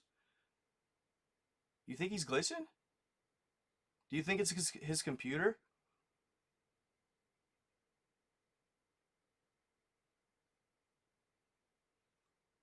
Damn, sorry, Tony, but you're going, bud. I gotta send you.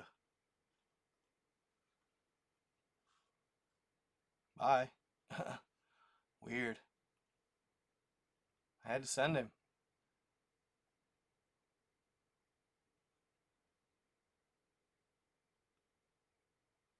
Who's they?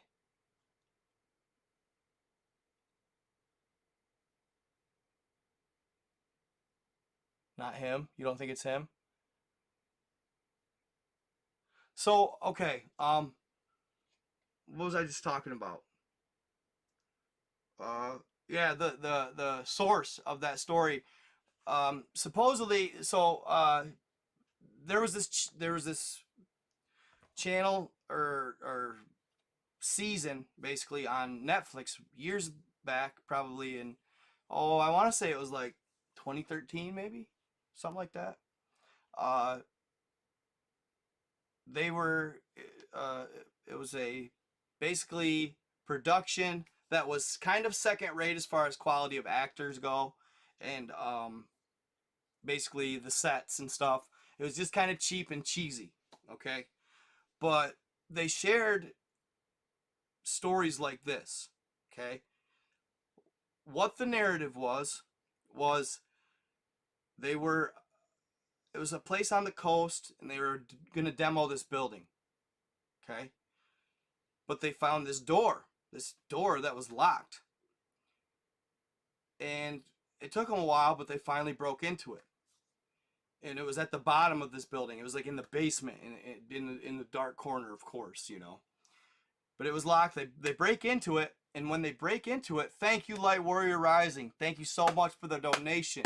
Shout out to Light Warrior Rising. Thank you so much for the donation, guys. I'm serious. It means so much to me. You guys are awesome. Okay. So when they break in to this room, they walk in and they cannot believe what they are seeing. There's specimens of critters in jars all around them. They find old reels and negatives of photos all over the place of stories and lore and legend, proof that they exist. And they do not know who did it. It's just some dude that was into it and he did the research, and they basically found these stories stacked to the ceiling, books, journals, where this guy had literally gone out to investigate these phenomena and found proof and had proof of these stories. And they were all locked in this room. Okay? And in the video, they called him the teller because he was the narrator for all these stories. But basically, that's where they found this particular story, and it was one of the first ones they did. Uh, Truly, it was. Oh, thank you so much, Piercing the Veil. Number 2 for the day, and many U.S. military flights happening now over the Buseji Mountains, including AWACS and B-52s. How do you know that, Piercing the Veil? How do you know that, bro? The mermaid that was found was not a mermaid, hon. I have a video of it if you'd like to see. Info about the rapture and see how soon it is going to be. Who knows? It sucks. Yeah, we definitely have sixth senses. Yeah, there's psychics out there and everything. So yeah, that's where this story came from, and they really, it was a great. The idea was great. The production was shitty. The acting was second rate. Okay, now there is theory though. I've read from a couple. You have to deep dig to find this production or this season or whatever, and you literally can't even watch it today. You can't find it and buy it and watch it. It's gone. It's gone. So they shared stories similar to this, and there's a couple of people who did reviews, and they theorize that the stories were too close to reality, and that's why they got snuffed. They got discontinued.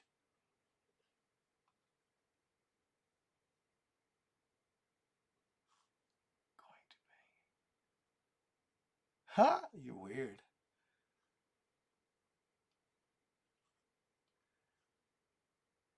Great. Here we go. Here we go. Somebody's got to be. There's always one. Yeah, dude, drop a link or send any link to me. Piercing the Veil. Send any link to me. You can to nightguide87 at protonmail.com.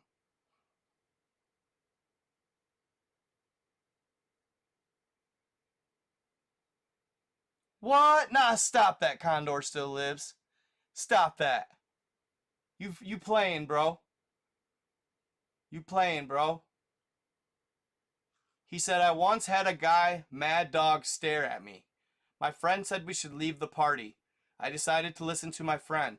Later, I found out that person killed a few people at the party that night. What? Bruh. Crazy. Kubrick's real version of Eyes Wide Shut. They won't release. Interesting.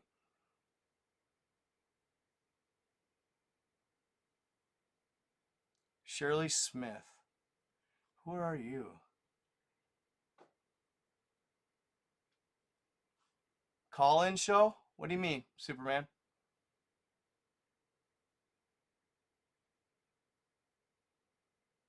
Cool. Check it out. Sure, screen name. Check it out. NightGod87 at protonmail.com. Yeah, so a call-in interview or something? Sure. Yeah, I've been thinking about it lately. Ah, be careful. There is some mermaid stuff that was very expertly done, hoaxes and dragons too. Yeah, I don't. That wasn't a hoax. I think that was a real situation that they exploited. Yeah, I could do that, you guys. Yeah, sure. That would be cool. I like that idea a lot. Absolutely. Where people can tell their stories and stuff. I just have to be careful because trolls, if they call in, I could get booted for if I answer, say, I probably will have to answer it and talk to them for a second, feel them out, because I don't want if they call in and they just start talking outlandish on the line. I could, when I do like interviews, and if I do decide when I do decide to do interviews and stuff like that, it can actually, I got to be careful who I let on my platform because they could mess me up. But no, they're so right now, trolls, interesting. I could check that out. Yeah, see, I can't try.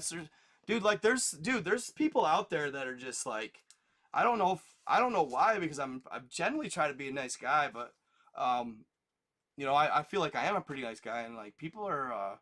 I think it's just because of my content, though. Obviously, like it truly offends some people, and I don't understand why. I mean, they're just stories. I mean, come on, Um, but yeah, check it out, Black Swan. See, and also what I talk about. Yeah, I'd have to get another phone line. You're right, Lori. And actually, I have a Verizon account open at the moment right now. I just don't have a phone for it, so I may do that.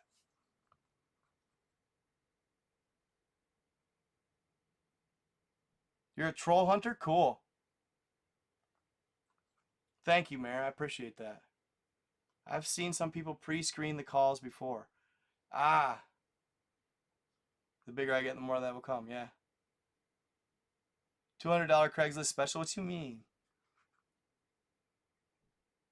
Closeted comedians? What? That's interesting. Charge a couple bucks, trolls won't pay. True.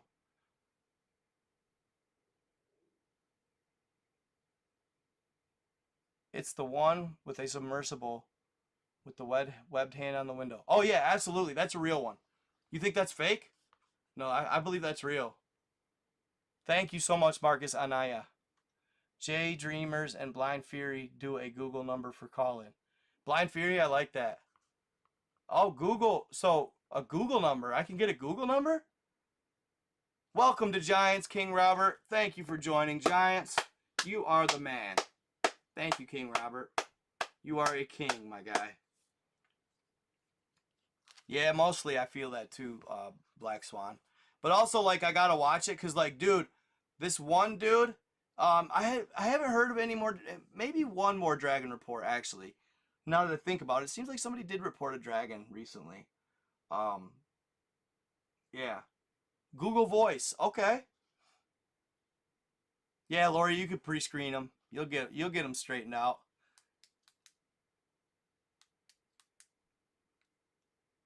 Love the Fring, bro? What's Fring?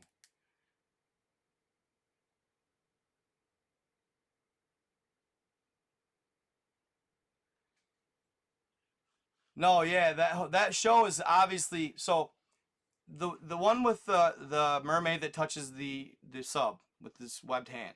Okay, that was on Mermaids: The Body Found. Okay, now the Ocean's Deep Woo, odd name, but okay. Um, Interesting and creative anyway. Nevertheless, not to hate. I'm not trying to hate. But the reason that show was aired as fake, as a mockumentary, they call them. The reason they did that is because in order to air all the hard work that they had done, because initially they wanted to air it as they had found proof of mermaids. But when they went to air it, the government stepped in and they told them that in order to air all of this info that you had worked so hard to do, or this documentary you would work so hard to create, you have to call it fake. You have to call it mockumentary. 70% of people actually believe them to be true that watch that. Yeah, it's NightGod87 at Proton Mail. No, I'm not from Boston or Philly. Sirens are real. Why do you give up? What do you give up on, Trauma G?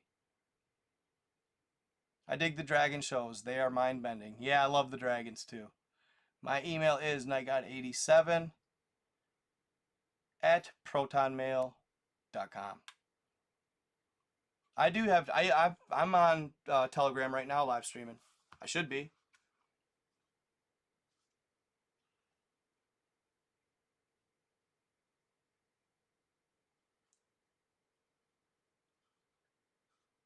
Very good. Thank you, thank you, thank you, thank you. Yeah, trolls are mostly just yeah. I think some people just like naturally just like hate.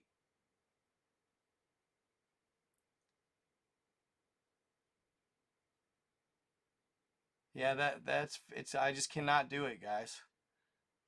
Yeah, fringe science is the bomb. Yeah.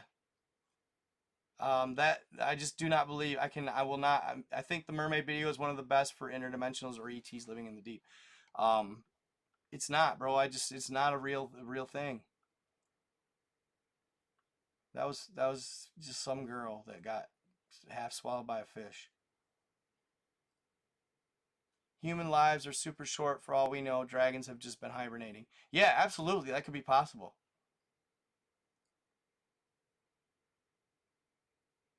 Cool. What Taekwondo? That's cool, Wolverine. That's cool. Oh no, my Facebookers, you guys. My Facebookers aren't getting to comment. Shit. My bad, guys. Hold on. There's a way, y'all. Hold on. My bad, Facebookers. Probably now they're gone. Yeah, look at when I ignore their comments, they just bail. Damn. Oh well. Here. There's a way I can get the.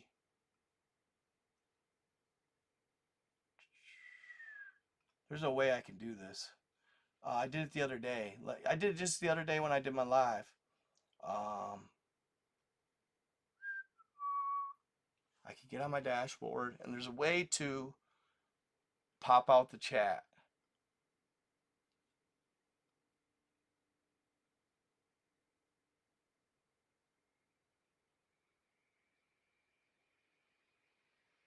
Huh. Embed and stream. Maybe. Yeah. Watch. Copy.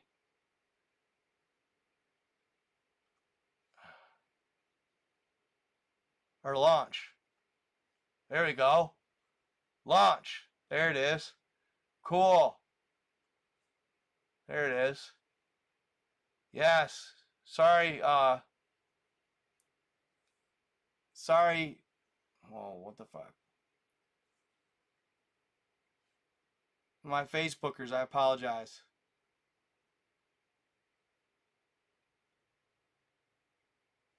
Launch. Boom. What the fuck? Hold on, guys. Oh, lordy. Embed and stream. Launch. Alright. So, just. It's probably still up. And just. I need to pause this so it doesn't echo. Okay. Okay. chat. Bada bang, baby. And because otherwise the chat does not. Sorry guys, sorry Facebookers. Yeah, I'm still on TikTok. I'm holding pretty steady too. I'm actually surprised. Thank you, TikTok people. I love you guys. I have been more active on TikTok lately, namely because it just pushes me out there further and gets people to sub my YouTube and my Facebook. Yeah, sorry, Facebookers. I was just ignoring you guys and giving all the YouTubers all the attention and ignoring you guys. For that, I am sorry. A lot of them left. Yes, a lot of cryptid activity. Here, let me see. Is there a way? Let me see here. I need to do like an overlay or something with information that I could add to my, like a little like an image or with my information on it. There we go. I can add text. Text. So Night God 87 at protonmail.com.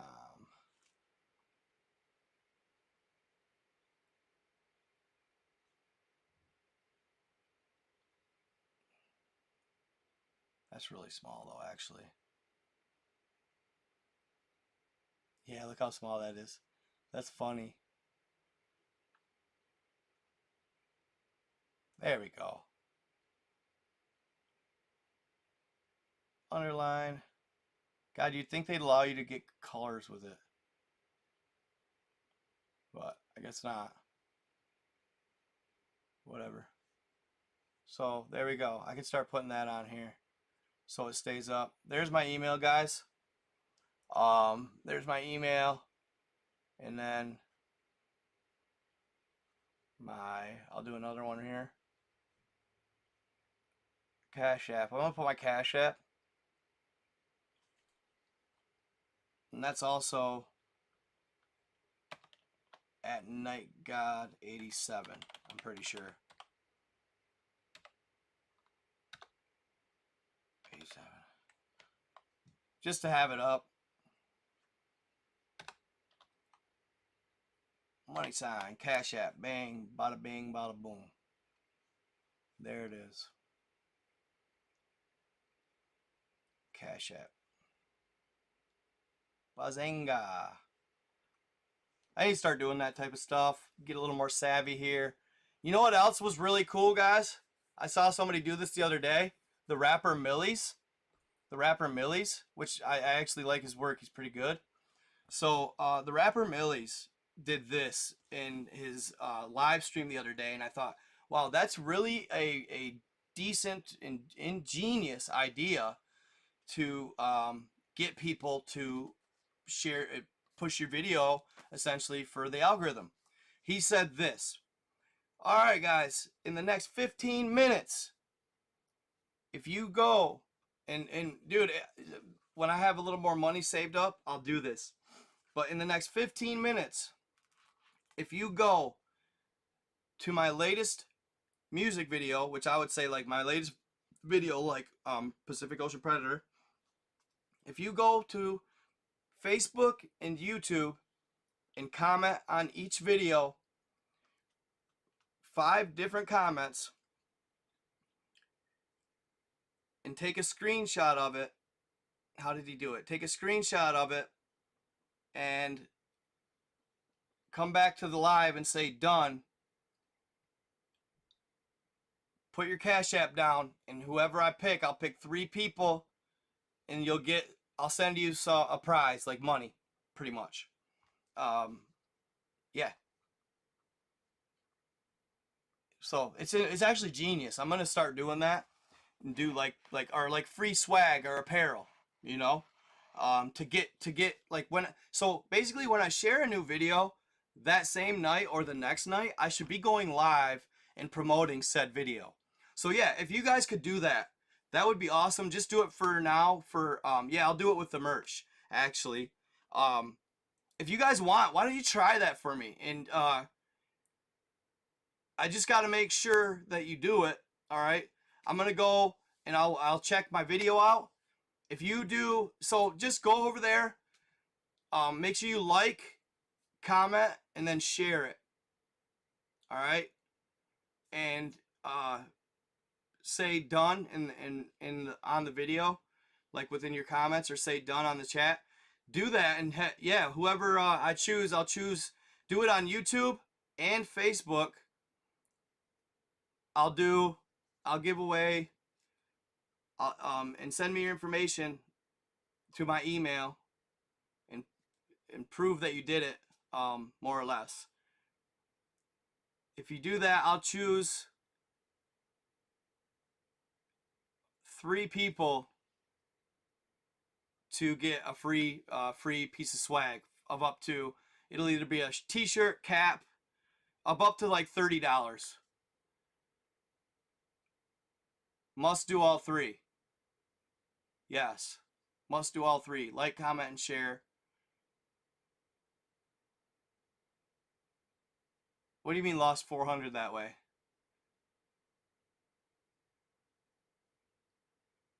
And I'll do a piece of swag or apparel for you. Yeah, TikTok's going wildly. I love it. How are you doing, all TikTokers? Yeah, make sure you do that, guys. And don't lie to me, please. I'm going to go through and check it later. And I'm going to do, at least, I'm going to check. So how I'm going to do it is, I'm going to choose 2 people from the YouTube video and 2 people from the Facebook video. How about that? Okay. And so leave. How am I going to do this? Under your comments, leave your email that you would like for me to message. Leave your email under your comment that you would like for me to message. Because I'm going to have to get your address and stuff to send you the apparel. Yeah, I got beanies. I got tight ass beanies. So go through, comment, like, share the videos. I'm going to choose 2 people from YouTube and 2 people from Facebook to get a free piece of apparel. Now, I don't get paid until the 21st, guys, so it's going to take a little bit. Just be patient with me. But I will put your email under your comment. Put your email under your comment that you would like me to contact, so I can get your address and know where to send everything. And we can personally have a conversation too if you'd like. Okay? Would that be tits, or would that be sweet? I think it'd be sweet. Yeah, even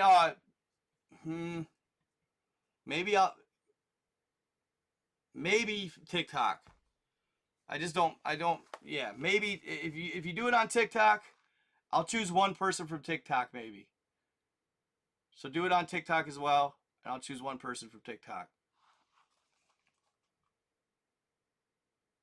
Thank you. I try to be nice. I love everybody. There's no hate in my heart. I just cannot be a hater. So drop the proper email you want me to use to contact you under your comment. And just comment awesome video, or I like this video, or whatever. It doesn't matter. Just try to comment something positive. Because if it was negative, I definitely probably won't choose you.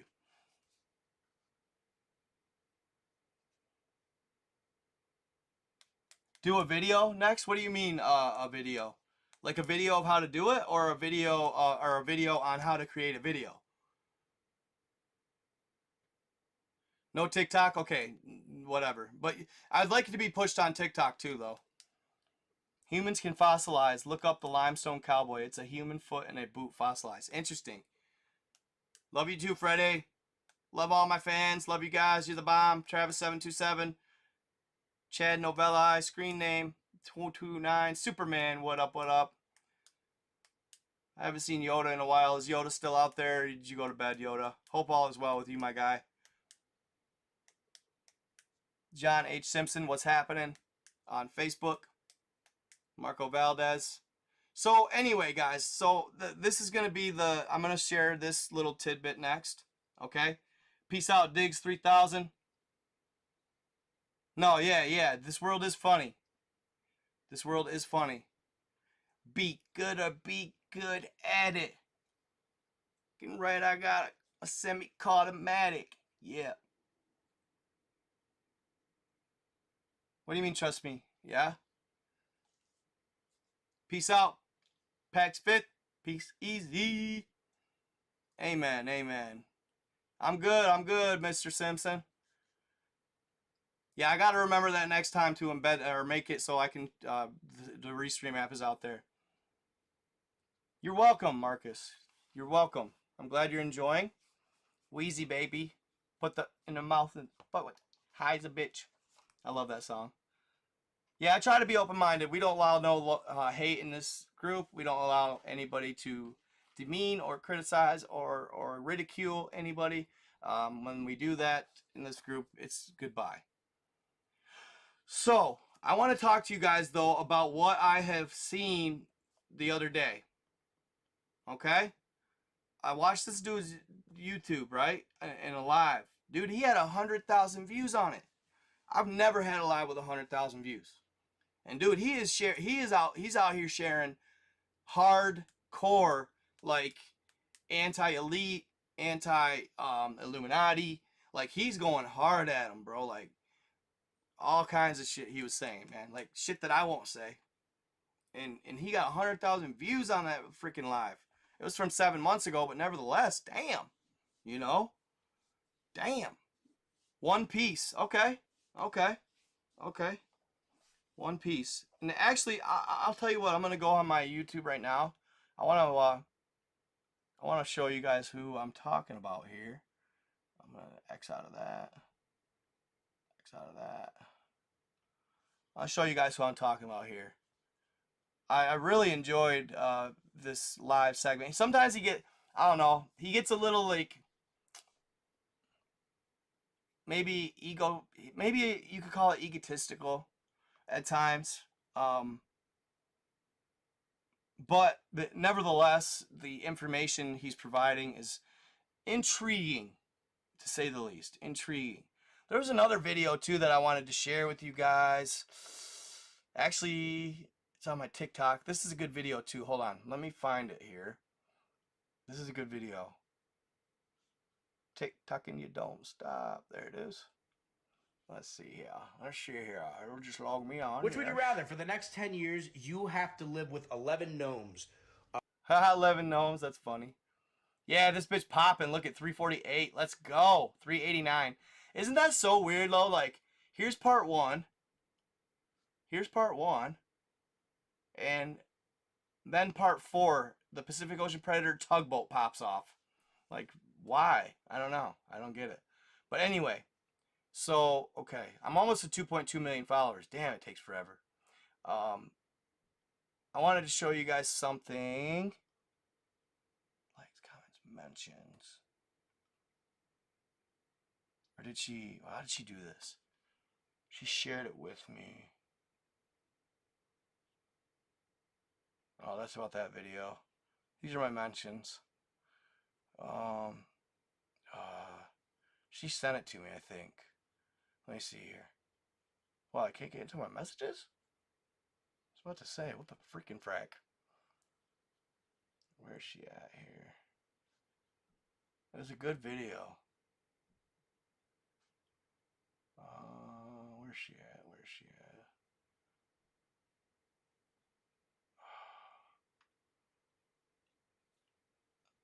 She shared it. It's a really good video.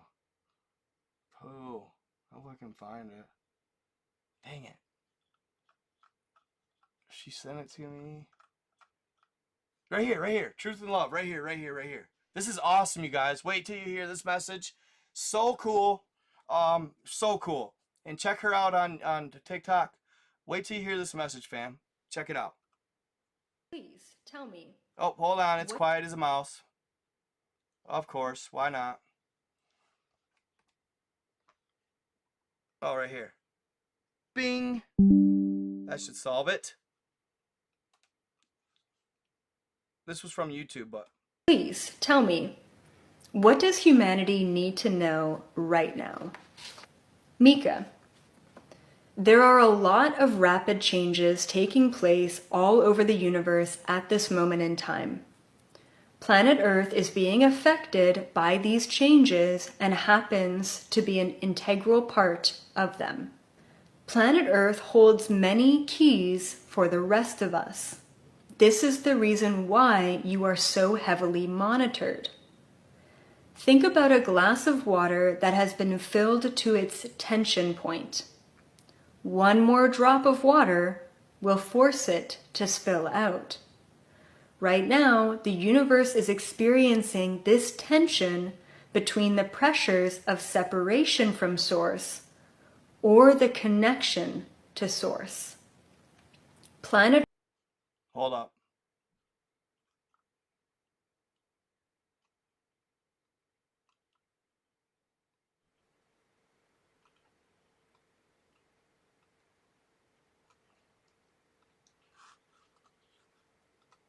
Planet Earth can make a difference as to what energy prevails.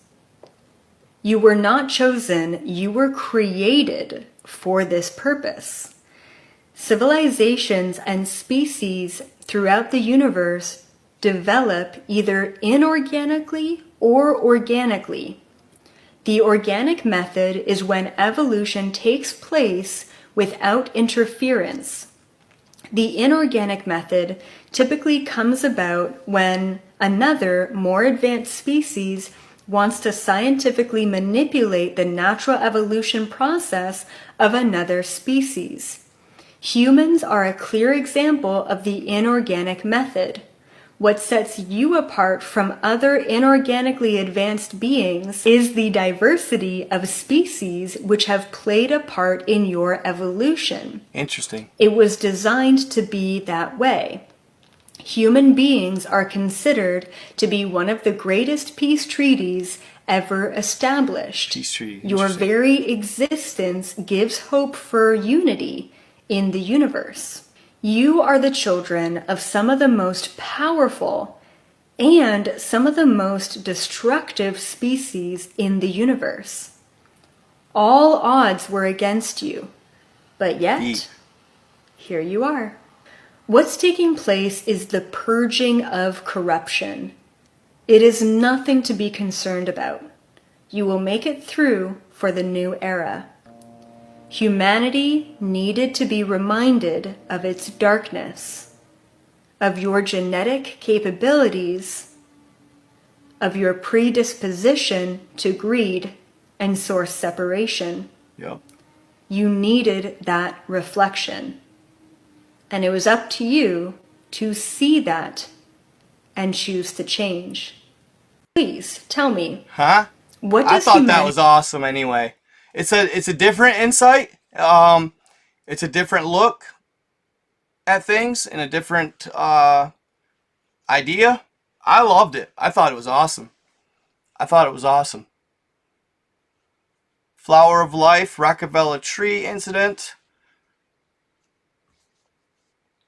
How can you say Sharice? No way. You can't say that, bro. You can't say that she's absolutely wrong. Just like you can't say she's absolutely right. I hate when people say that. You don't know nothing. You don't know that. You don't know she's wrong. Just like I don't know she's right. You know? I can't stand when people say just absolutely wrong. Well, you're wrong. You know? Rockefeller Tree.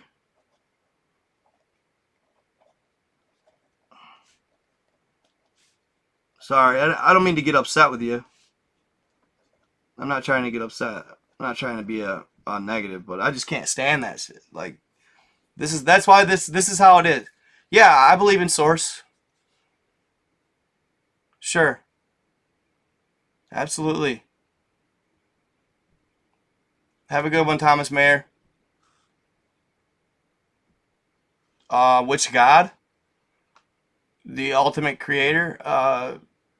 The ultimate source? The one at the very helms, I guess? It's either, she could be a female.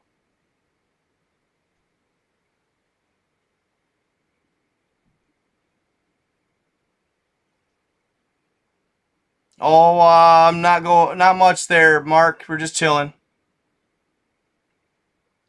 Well, how about the Bible is not necessarily absolute either. I know absolutely that the Bible has been fabricated. Jesus Christ is the Son of God. I don't believe he was actually God.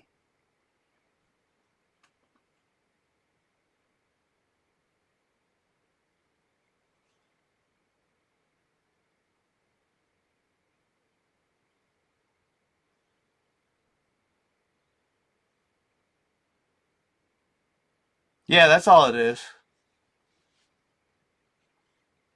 It's just an experience, you guys. Like, here's the deal. I agree with the Bible. I'm not saying the Bible is false in any way. Do I believe? I believe the Bible is actually quite historically accurate, but it's missing large portions. There's a lot of books. I've heard there's up to 700 books in the Bible, the original, and the vast majority have been pulled out of it and hidden from us. I believe the Book of Enoch to be accurate. I believe all of the books of the Bible, if I ever could get my hands on them. And there is this elite group of inherently good people called the White Hats. Apparently, the White Hats had broken into the Vatican and got into the archives.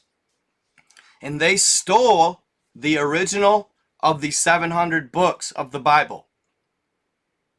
And apparently, they have been working on them and organizing them to one day release it all to the public.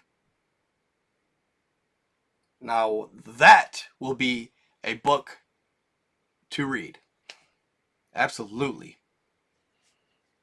That would be an amazing read. The Bible has been altered. That's facts. The Bible has been absolutely altered in a lot of ways. Nice. Nice, Charisse. They have all the gold and artwork of the Vatican as well. I love it. I hope they did. I hope they did. I hope they did steal them, and I hope they are going to share it with everybody. I'm super eager to see if they do.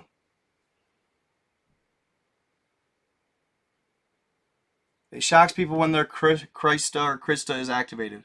Interesting. Yeah, the Antarctica pyramids that are showing up. Yes, there's a lot. Isn't White Hats compromised or just PSYOP? I'm not sure. On one fabrication of the Bible? Yes, I can. The fact that Jesus was a lot closer to Mary Magdalene than the Bible portrays. In fact, they were sexually active.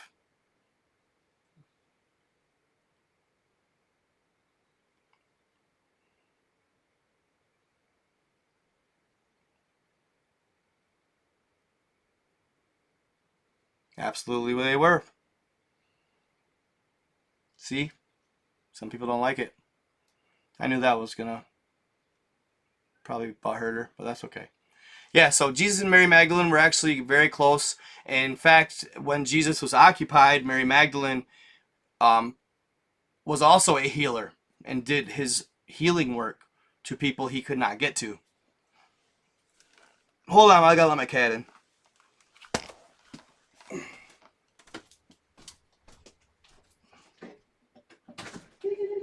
Go on. All right. Oh yeah, my fish is done. Yes, sir.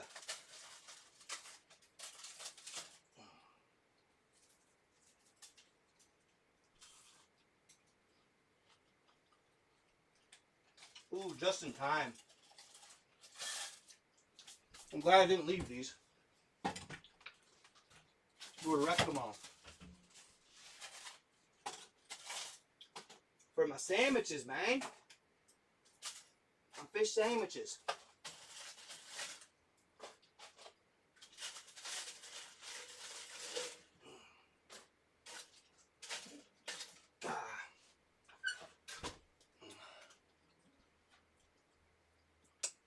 Alright guys, bear with me. Chat amongst thyselves for a minute.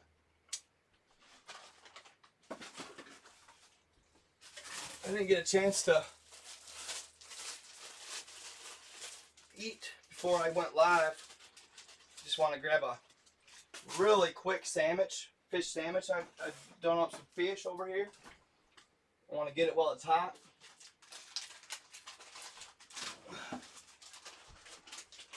If you don't stick around, sorry. If you do, thank you. Appreciate you guys.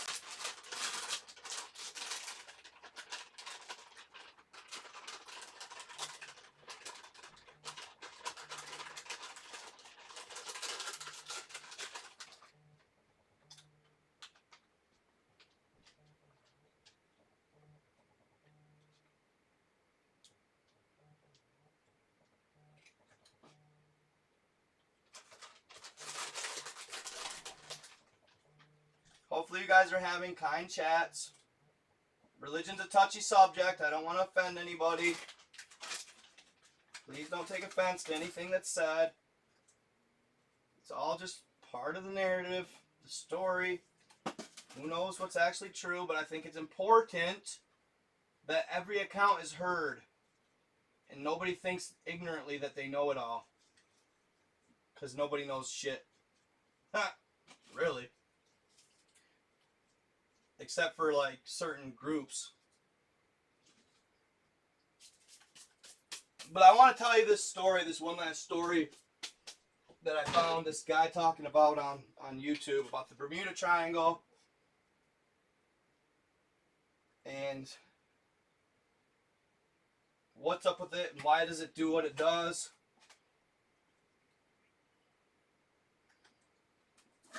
He also talks about the Great War that's to come.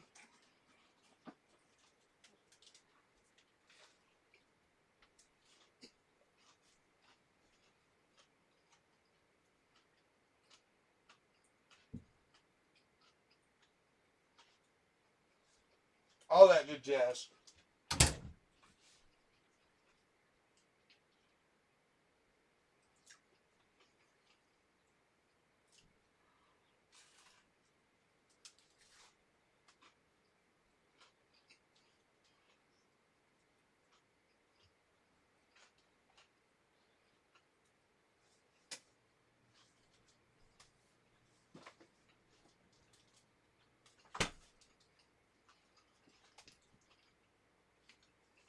Hold on, guys. I'll at least play a TikTok for you guys.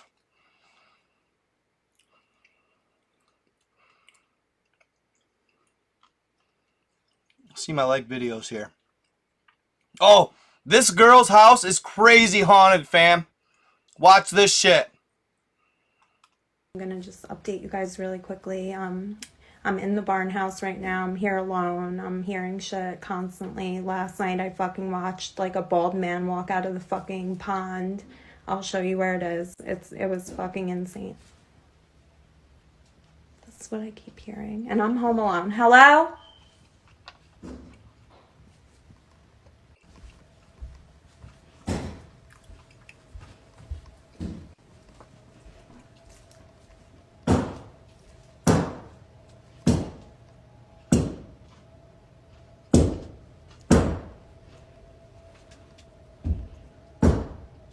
Can you stop? Fuck out! Oh my god, that's creepy as shit. This clock scared the shit out of me. Be here with me, like, whatsoever. Hello? Like, I don't know. And my reflection's creeping me out. Jesus Christ. Jesus Christ. You guys saw that, right? I'm not bugging. Like, here's my reflection.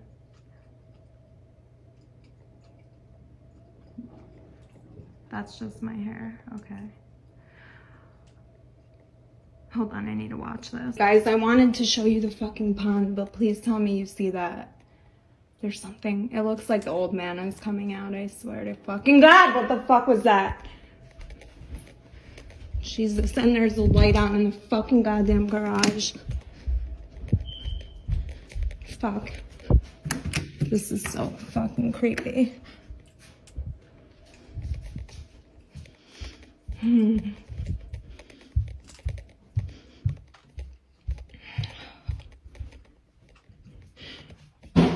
Oh my god, Biggs, it's okay. It's okay. Holy shit.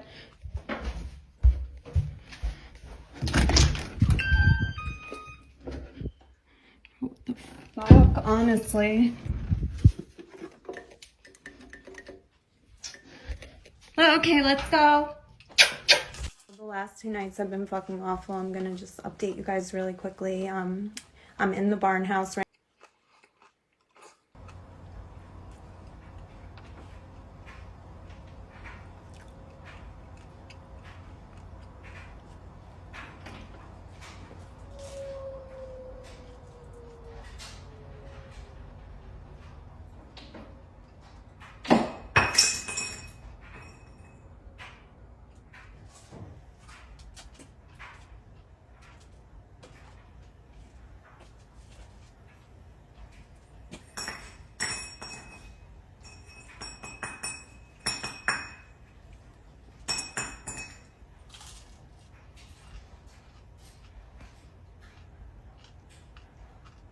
all the way downstairs, and I heard that, so.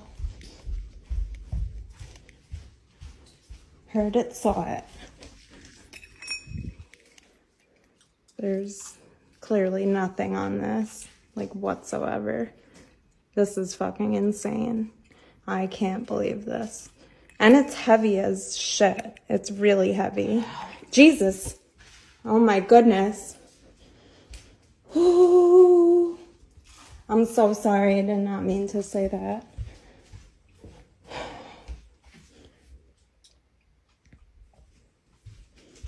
Hello?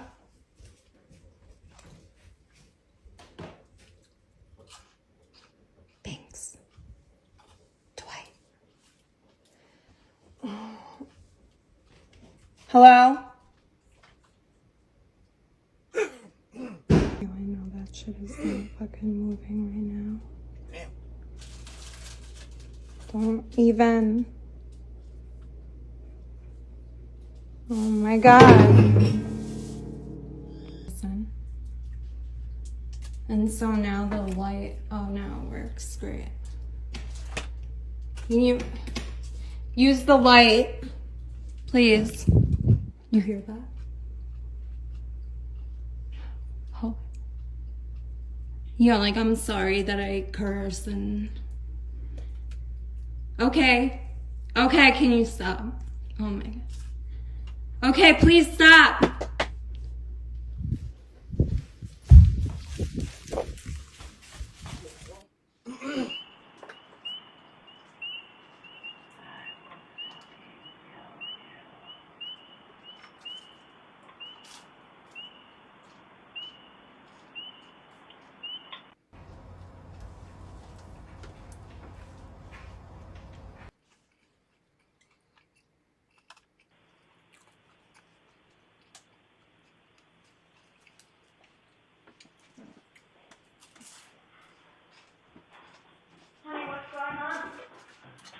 Baby, come here.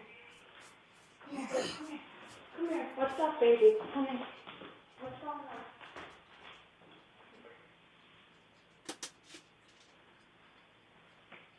on? You don't want to be filmed, right? Whatsoever. Okay, that's... Thank you so much for coming. No, I definitely feel spiritual warfare here. Wow. Is your child here today? She's with her friends right now at a house We have next to door. stay in different places a lot just because of the activity here. Do you hear that? I do. Yeah. I feel somebody here with us. Okay. I would definitely give some sort of special guardian to your child. They're so young people are stuck in with their souls, but they tend to cling to them. So protect her, get her some stones or rosaries or something. I feel for her safety. I feel like the activity's just getting... Do you hear it right now? It's And insane. it's like a man or something with, like, he doesn't talk. That's Holy. it. I'm leaving. It's too demon for me. It's too much. There's good in demonic, but this is evil. I'm out. This is evil, you're saying. Should we leave right now? Yes. Okay. We need to leave. Okay, alright. We're leaving. Do not follow. You are not welcome. Do not.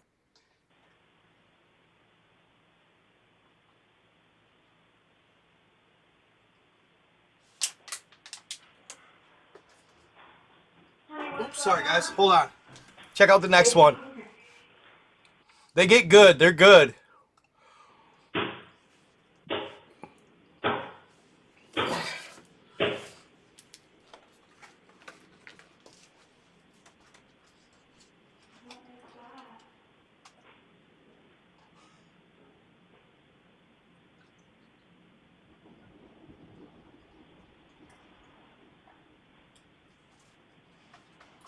Hello?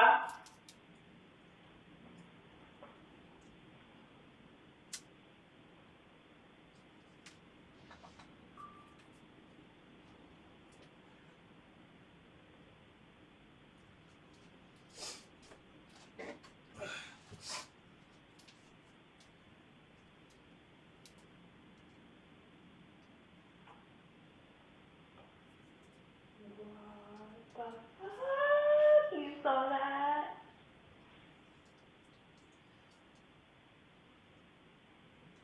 Honey?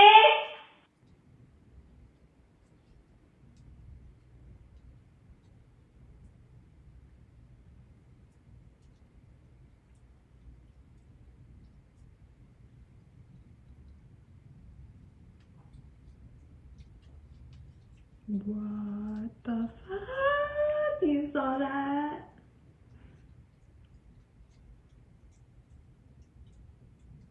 Honey?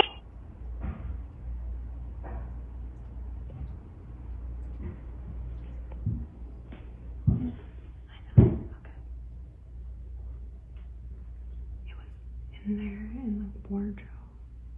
It's in the wardrobe. I thought you were playing a prank on me, and Rylan wasn't with her, with our parents. So I was like, what the fuck? Downstairs. Hello?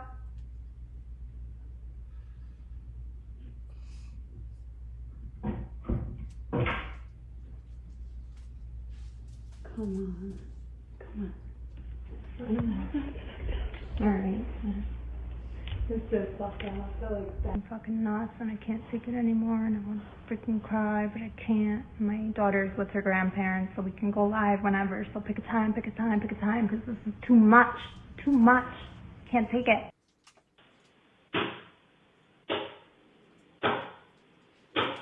Next. Hold up. I'm not going to make you repeat it. We're just taking a quick break, guys. I'm almost done.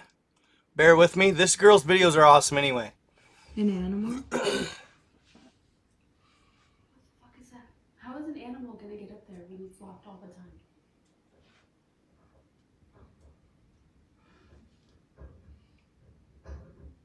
I'm not sure what this one is. Sounds like somebody's like fucking. I'm going to X out of this one. Hold on. This one's crazy.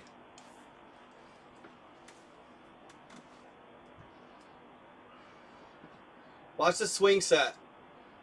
Watch the swings.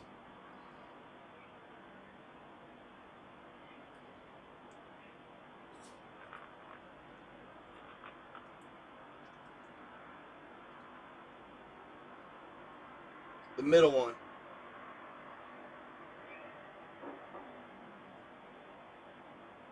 At first you're like, oh, probably just wind. Then wait. And you can actually see the entity's feet swinging slightly.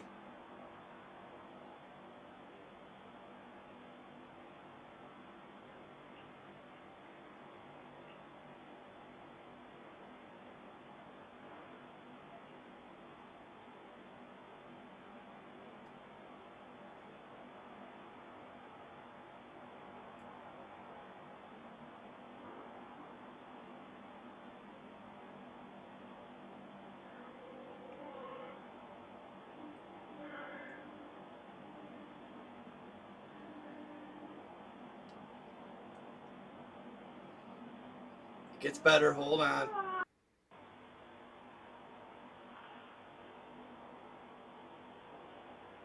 It gets like angry.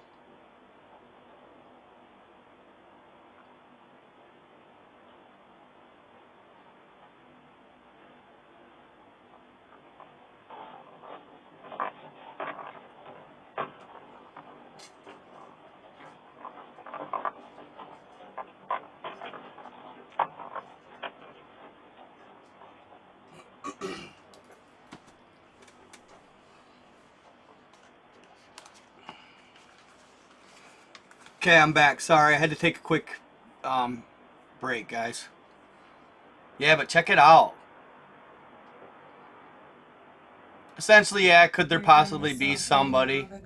Watch their background. Whoosh. She missed it. I see it. It's creepy.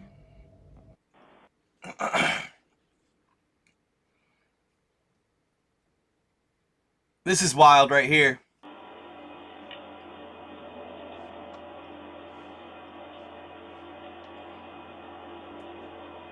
The lights go on and off, and then watch this. You can hear something. Did you hear it? It's like, ah! And then watch. Right here, see it?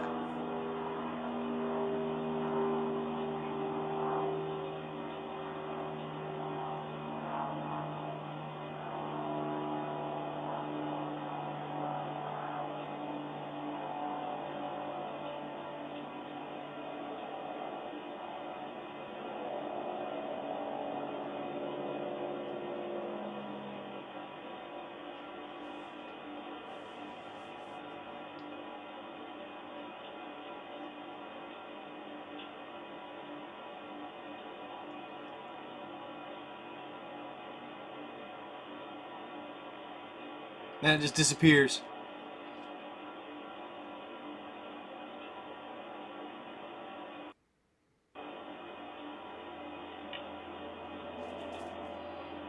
Okay, hold on here. Then here. I miss you and Ray. I came out to close the chickies in, and look how close this tree fell to it.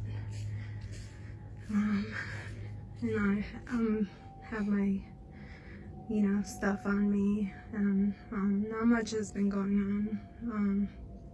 The head got knocked off of our statue. It was really weird. The flashlight you got me is really dope. It has all of these really cool settings. It's pretty fucking awesome. Yeah. Watch this. Whoa.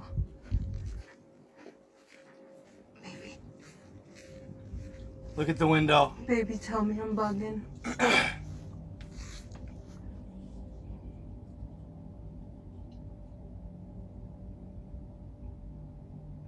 Tell me I'm bugging. Oh, fuck.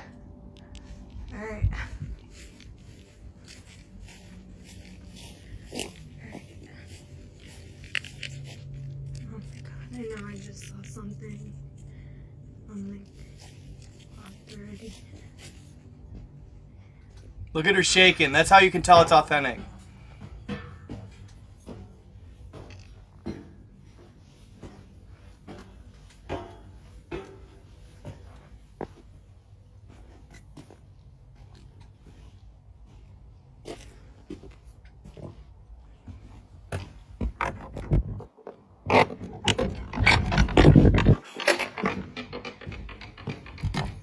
I'll shoot!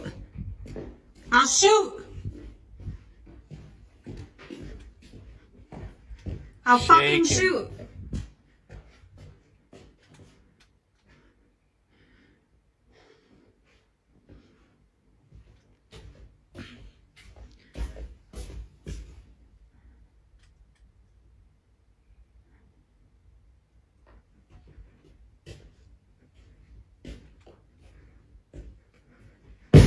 Holy shit.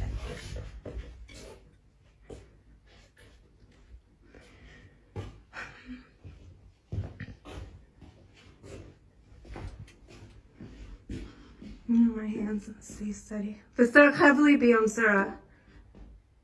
Stay steady.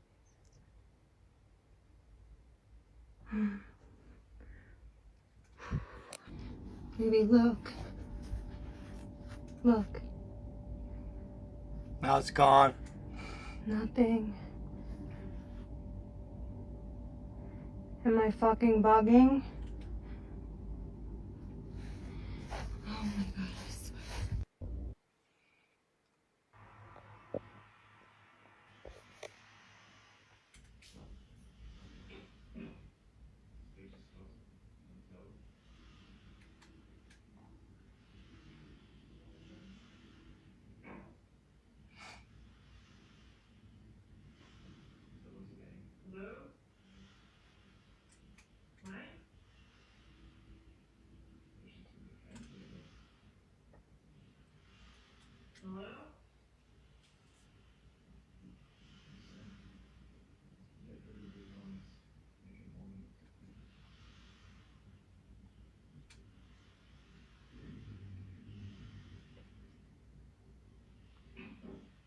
I never really watched this one.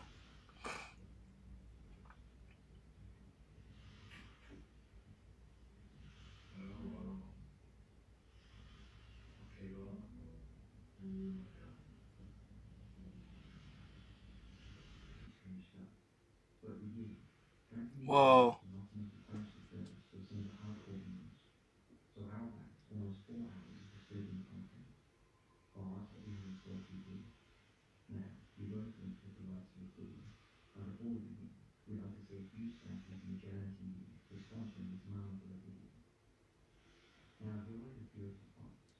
Is he controlling the lights? Must be. Yeah. She's definitely got a poltergeist type entity going on.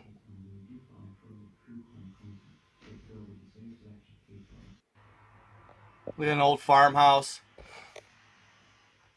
Looks like an old farmhouse or something along those lines. Definitely believe she's got some activity going on.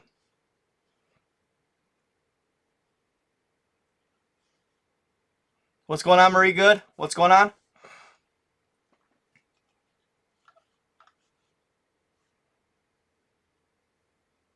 So what's going on, iTrauma G? What's up? What do you need to see, brother?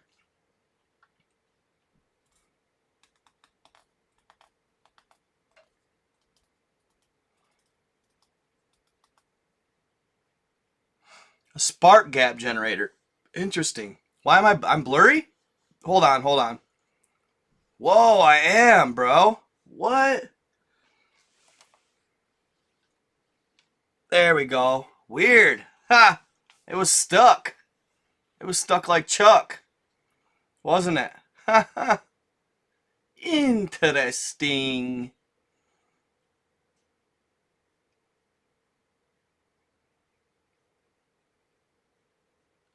I'm better now? I'm better now? What's going on, iTrauma G? See you, Superman.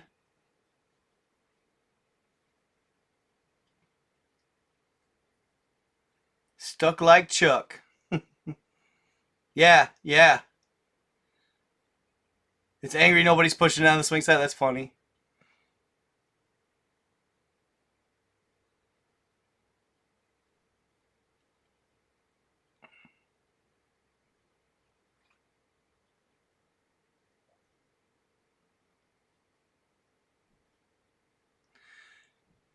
Thanks, Caleb Jerome. What one? You're talking what donut factory? You're talking the one that shares the cop videos, or you talking the other one, the one about that's always talking about Illuminati? The multiple man. What's that? Aw, thank you, Marie. Can't see my pretty eyes. Aw, at least somebody thinks so.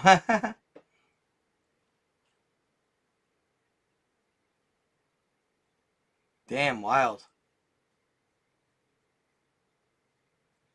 213 in the chat. What's that?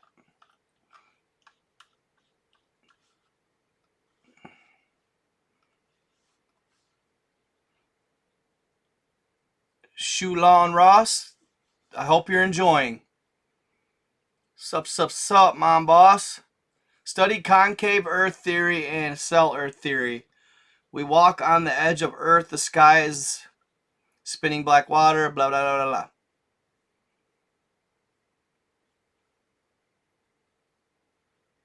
What do you mean shitty energy? What are you talking about?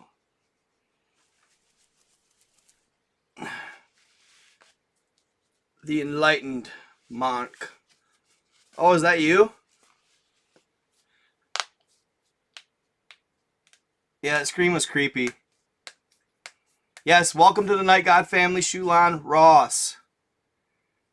That is what we are. You ever check out Tommy Truthful? Yes, I've seen his page. How can I contact you? Your email is saying not valid for me. NightGod87 at... Oh, did I say Gmail, fam? Proton Mail. It's Proton Mail, y'all. Gang, gang, gang. The other one, not the cop. Okay, yeah. The cop one's awesome, though. I love that one. But yeah, I've seen the other one. I'm surprised that Facebook is allowing him to roll. Come here, Pubbles. Say hi to my Pubbles. Oh, he's so cute. Bubbles. Oh, isn't he just the cutest little feller you ever saw? My Bubba. Oh, yes, I love you too. I love you too. He loves the attention. Yeah, y'all are part of the fam, bro. Anybody. It doesn't have to just be you two. I found him on the road. Can you believe that? He's my Bubba's. He my bubby. Love you, buddy. Best watchdog I've ever had. Best watchdog I've ever had, fam. Yeah, tell your story. Email it to me. I'm so Ronry. Yeah, Ian Barris. Yes, awesome. He my buddy. He's the best watchdog, dude. He barks or alerts before somebody gets to the door. He can hear him. So, I keep him close. He's my guy. Aren't you, Bubba? Aren't you, Bubba? Oh, haunted TikTok chick. Hold on. What's your buddy's name? I call him Puppers or Scrappy is his general name. I call him Puppas or Puppers. Bubba. I call him my Bubba. I got lots of nicknames for him just because he's so cute. I mean, you can't resist him. I know it's kind of weird, like, because a bigger guy with a little dog, but I just love him. I found him on the road, so. Scrappy Doo. And because he's a scrappy little feller, he is. For the most part, yeah, he does act kind of alert of entities. He alerts of anything. He don't play either. Like, there's no lackadaisical for him. If he hears something coming or hears anybody approaching, he's on it and he's barking.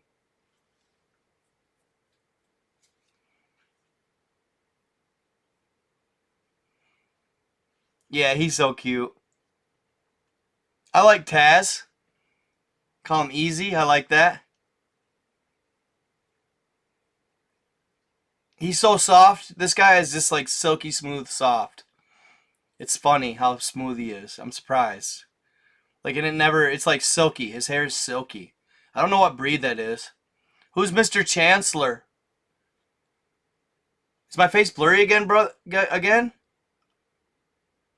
Is it? I don't feel like... Who is it?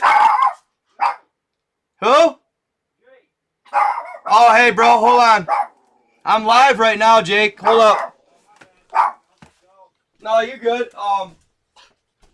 Go up front, dude. I'm probably going to be wrapping it up, Jake, in about not even a half hour. Is that cool? All right, go up front for like not even a half hour, brother. I appreciate you.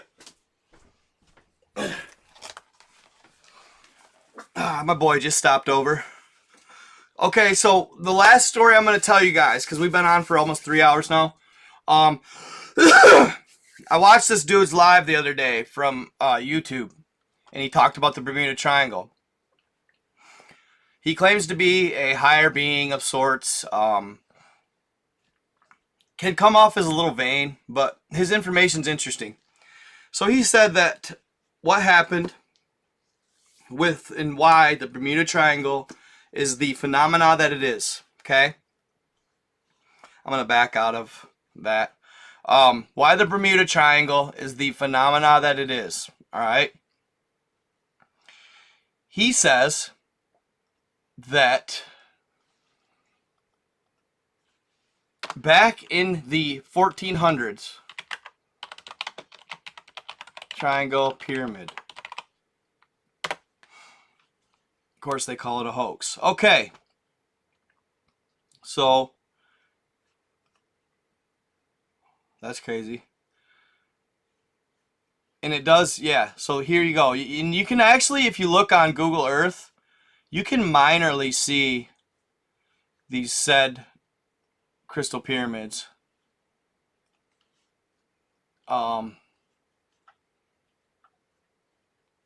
They are there. I just truly believe it. They are there. Always licking, Bubba. Always licking. You crazy old hound, you. Alright, hold on here. Ping. There's another picture of it. Save. Okay. So, this gentleman, right? The Black Pyramid underground in Alaska. Yeah, I heard a little bit about that too, and actually I plan on looking into this. The Black Pyramid of Alaska. Okay, I plan on looking into this. But anyway, he said this in 1400s, right? Moses. This is what he claims. That Moses, you know, the one that saved the Jews from the Egyptian oppression and part of the Red Sea. Okay? Right? The Red Sea. Part of the sea. Red Sea, yeah. Okay, so he claimed that that all took place, but it was... Instead, he took them to a... So it wasn't even on earth originally. Moses liberated the Jews, and he brought them to a portal from another world. He's from another world. They brought them to a portal. They entered the portal in a cave system. All right? And after they got into the cave system, they walked up and they looked out of the cave. And what they saw was like nothing they had ever seen before. There were giants everywhere. And along with giants, the trees were massive. Plus, all the buildings in the area, or at least in the world, were built of crystalline structure. They were crystalline structures. And they were immaculate beyond belief. Okay? And the entire earth was covered with them. So, Moses and his crew were too scared to come out of the cave because the giants were so big and just intimidating. So they wouldn't come out of the cave. But, and this was supposedly all fueled, this is his story, this was supposedly all fueled by the reptilian and gray alien agenda. Okay? So they entered this, they entered the portal, came into our realm, and came into our world. But they wouldn't leave the cave. They were too scared to leave the cave. Alright? So, they found somebody who would. And this gentleman went by the name of Christopher Columbus. Okay? Christopher Columbus. And this took place in 1492. In their world, they had planes and could fly and the like. So they got together this group or army, if you will, and Christopher Columbus led them through the portal. And that's why they still praise Christopher Columbus to this day, is because he was the first one to come out of the caves, more or less. Okay? So when they came out of the caves, they wanted this realm and its energy. So there was a great war in 1492. And they were led by the parasites and the reptilians and greys. They come out of their realm into ours, and they cause this great war. And they fought with us. The Titans were a part of it, right? There were still dinosaurs here, and people were fighting with dinosaurs. They were on the same team, riding dinosaurs and fighting. The world was full of diverse entities, covering all sorts of spectrums, kind of like Star Wars. So there was this great war, and there was ETs involved, and flying saucers, and they were basically, they came into our realm and our world, and they were wrecking it. They were wreaking havoc. They cut down the largest trees, the trees of energy and oxygen. They were cutting them all down, like the Devil's Tower, right? That type of shit is the Devil's Tower. They cut that tree down, okay? And they were fighting with us, and they continued fighting with us. What happened was they used magic or witchcraft or spells, and they convinced what he said, he referred to them as the Moors. And you can look in history. They mind controlled the Moors into essentially giving them access to a great power that we had, that was harnessed by our crystalline pyramids and structures. They gave access to the reptilians and greys to our greatest power, and they used it against us, thereby defeating us at the moment. Now, how they finally did was based on the Bermuda Triangle.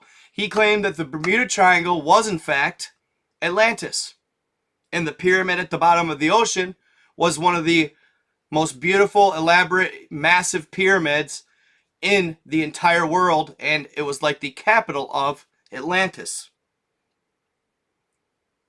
You don't have to like the story, just hear it. It's interesting. It doesn't necessarily mean it's true. Just listen to it. So, he claims that the pyramid in the Bermuda Triangle is actually much more than just that. It's a massive pyramid that is more shaped like a star, and it's multiple pyramids. The rest of it's underwater.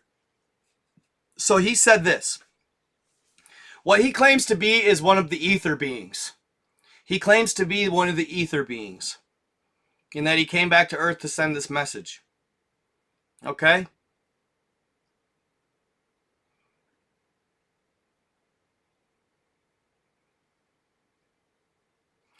So, there was a Titan.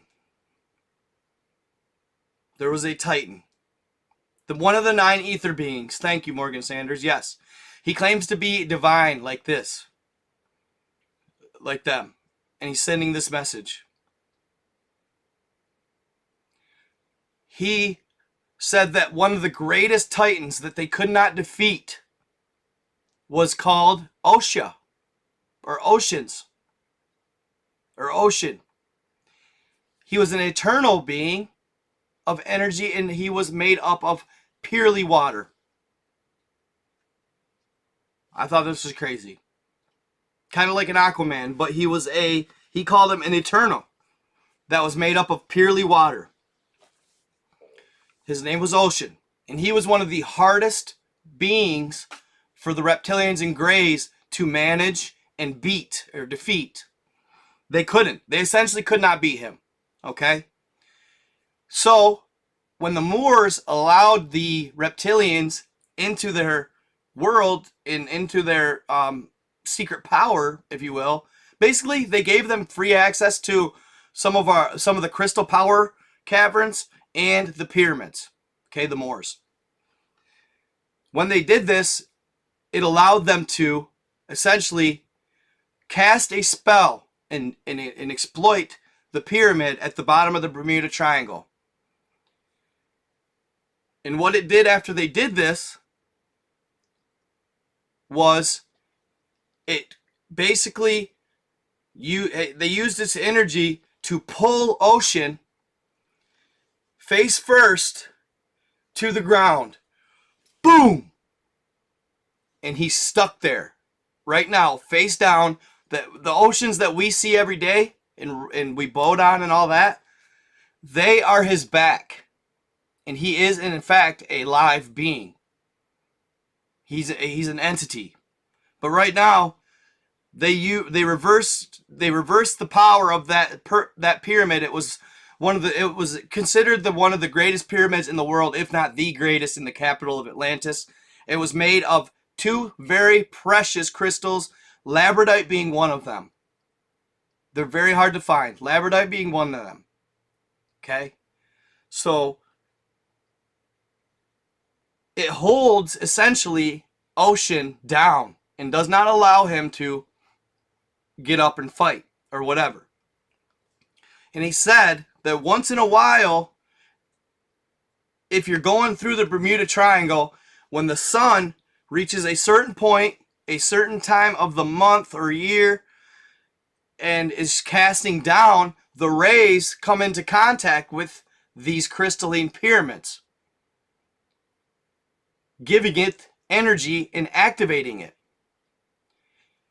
And if you happen, it just so happens, if you are at the Bermuda Triangle or boating through it at this time, when it activates, you basically, and it's weird because he said that ocean, even though he's trapped, he can sense vibrational beings. If your vibe is low and shitty, you will get taken by the Bermuda Triangle phenomena. And what it does is it draws you in and it spits you out into the lower realms of Earth.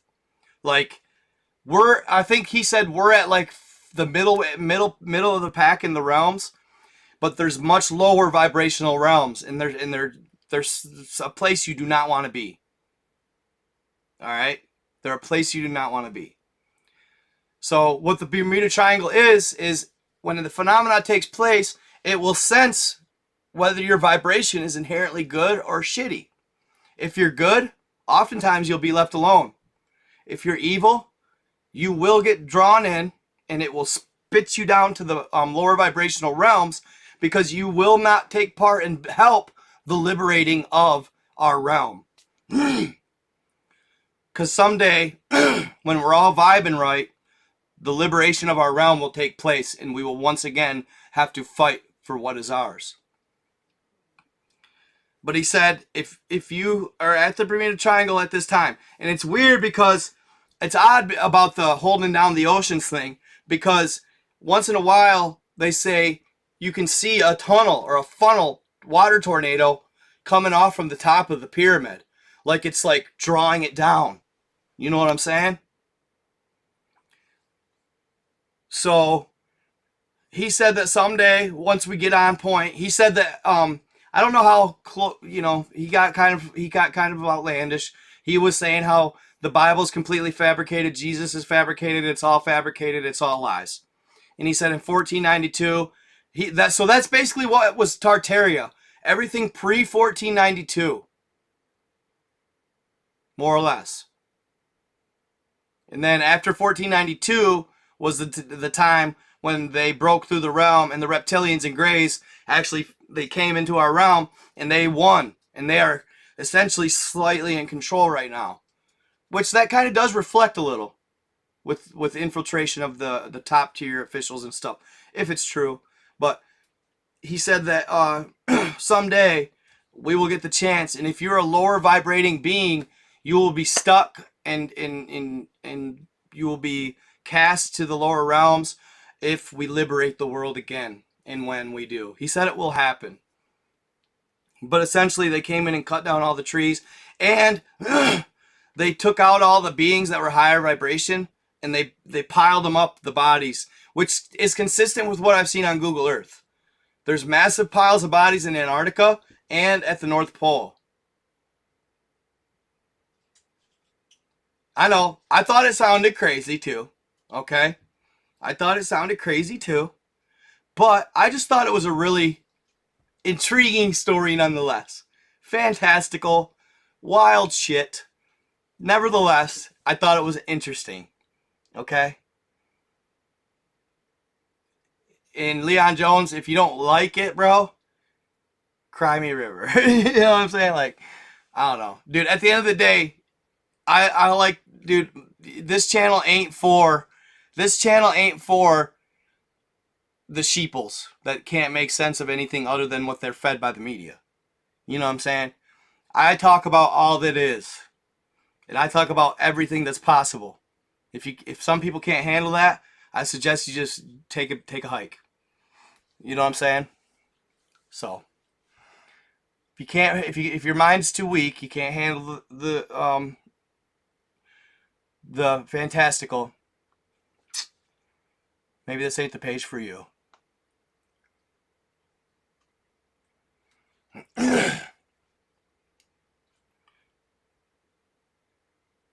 Could be. And maybe that's where some of the greatest battles took place. He said, what if the piles of bodies are both north and south because they're trying to get into the center of the earth? Yeah, thank you, Shulan Ross. She said, I'm loving this right now. And that's kind of where I'm at. You know, like, I share everything I find intriguing. It doesn't matter if I believe it or not. Do I believe this? Not, I mean, it sounds wild. It sounds to be somewhat outlandish. Sure. But, oh, Drizzy, thank you so much, bro. $50, my guy. You are awesome with that shit, man. You are great, dude. Thank you so much, Drizzy. Good to see you, brother. And, dude, I love them pictures that you sent me of the Tartarian tech. Very cool, man. Very cool. And actually, I planned on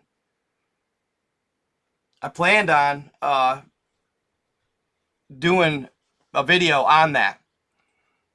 Okay, so now let's be nice to Leon because he recanted and he's kind of being cool. He's not being a troll by the sounds of it. We're just double checking you, Leon. We just, you know, but our vibe is just we don't hate on anything or any type of content that even if we don't necessarily believe it ourselves. So we forgive Leon. You're welcome to the family, sir. Because he said what? What did you just say? He just said. Oh, and then the Moors. Okay, so later on, the Moors did break from the spell and realize what they did, but it was too late. Leon said that the Kandahar Giants are amazing warriors and they are extremely fast and powerful. So he's on board, guys. He doesn't think he believes in the Kandahar Giants, so he's definitely one of us. Well said, Leon. Yes, dude. So the Kandahar Giant is in the giants of the like that are similar. Yes, we can't even fathom. We cannot even fathom how strong, fast, and absolutely, you know, like superhero. So what did they say in the Bible? The men of renown, the heroes of old. The men of renown, the heroes of old. Because they were just that. They were supermen to us. They were supermen to us, and they are. Because they are strong, fast, and they can mess shit up, dude. They can F shit up quick. Alright? I've heard that giants, like the Kandahar Giant, who some say was only 12 feet tall. No, he wasn't. He was more like 20. Alright? I've heard that they can purely run, up to 70 miles per hour. And think about it. If you're 20 feet tall, based on, like, you know, Usain Bolt, Usain Bolt, I think, Usain Bolt, he runs 30 miles per hour, maybe a little more. Imagine doubling his height. Double his speed, 60 to 70 miles per hour. Could you imagine it? Pfft, shit, boy. You don't stand a chance. You might as well just... Shit, you don't stand a chance, fam. You don't stand a chance. Attack on Titan wasn't just an anime. Predictive programming. Yes, exactly, Drizzy.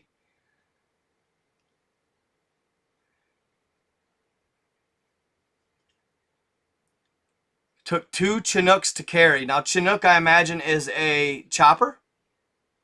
Yeah, pretty much Morgan Sanders. Curl up and just, yeah. A bullet is faster. A bullet is faster. This is true. Yeah, I definitely, yup, I follow Mud Fossil. Yup.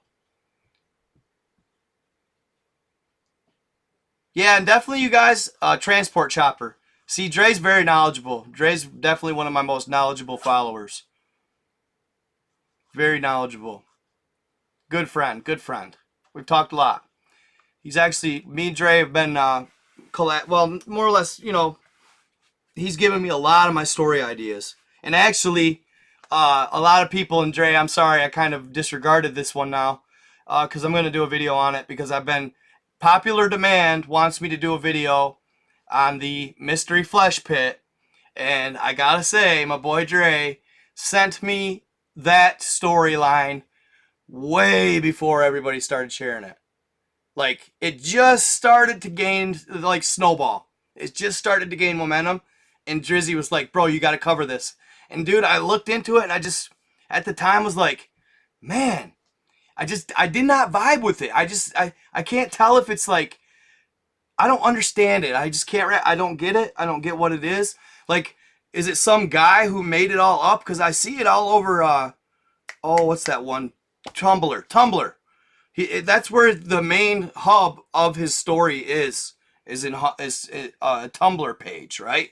And it's got all the, and dude, yeah, it's an elaborate story. It's deep. Like this character, and the creator claims to have maybe opened up a fake one or something in Texas, and then they closed it down. But like I don't know, man. I cannot figure out whether it's just total bullshit or if it's real at all. Like, I'm just like, I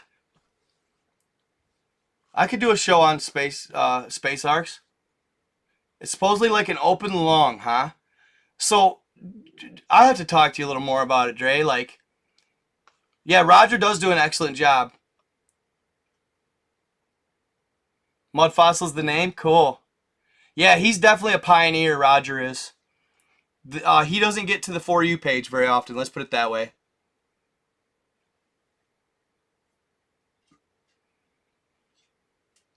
There are 12 Bermuda Triangles called vile vortices. Interesting. Or is it like somewhere where the ley lines interject? 12 Bermuda Triangles. Called vile vortices. So yeah, bro. Guys, do me a solid, and thank you so much for that donation, Dre. You're my man. You're my guy. I appreciate you so much for that. Thank you so much too for everybody who donated. Thank you. It really does. It means a lot to the bottom line. When I go live, you guys, a big part of my platform, and I promise you guys, I'm going to start going live more. What I'm going to try and do, for some reason, like when I create a video and it doesn't pop, I like get frustrated, so I have to go on to the next subject and try and create one till it pops, and I won't go live in the meantime.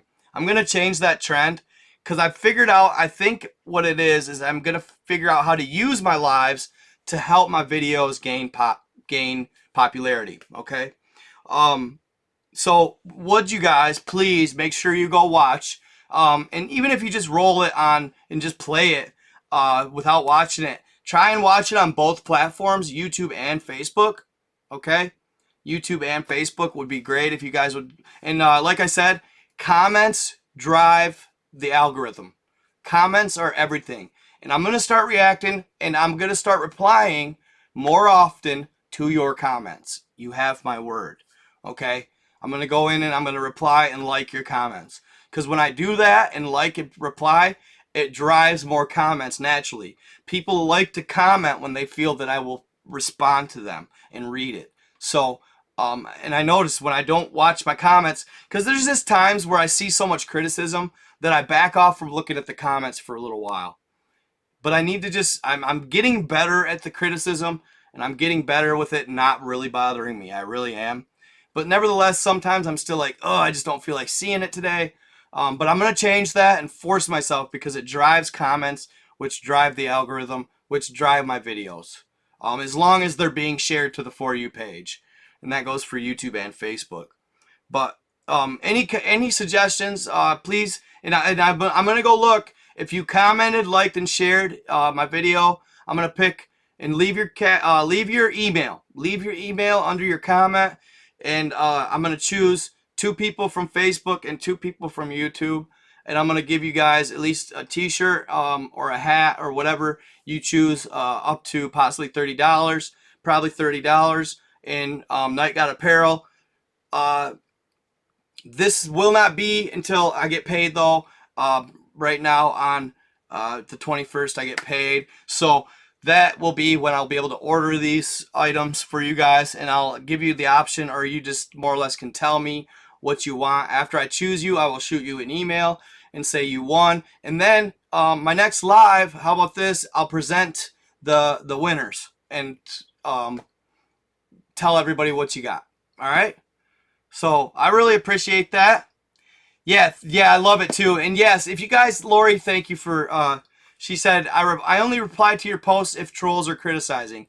Hey, if you guys see any trolls, be within reason. Don't be outlandish and be like cussing and swearing and totally just calling names and stuff. But if you see any trolls on my comment section, just challenge them a little bit and say, hey, why are you here? What's blah, blah, blah. Give them a little bit, you know, just to keep the trolls in check. Because I think when they are trolling, they stop quicker when my family and my friends. Aw, thank you, miss. I appreciate you. I didn't even know you were watching, cutie. Thank you so much. Yes, it's been a good live for donations, fam. Thank you so much. You guys are the best. So yeah, it helps on my trolls if my fam gets them a little bit, you know, within reason. Fans, family, you guys are fans and family. I love you guys all. I do. You guys are the best. So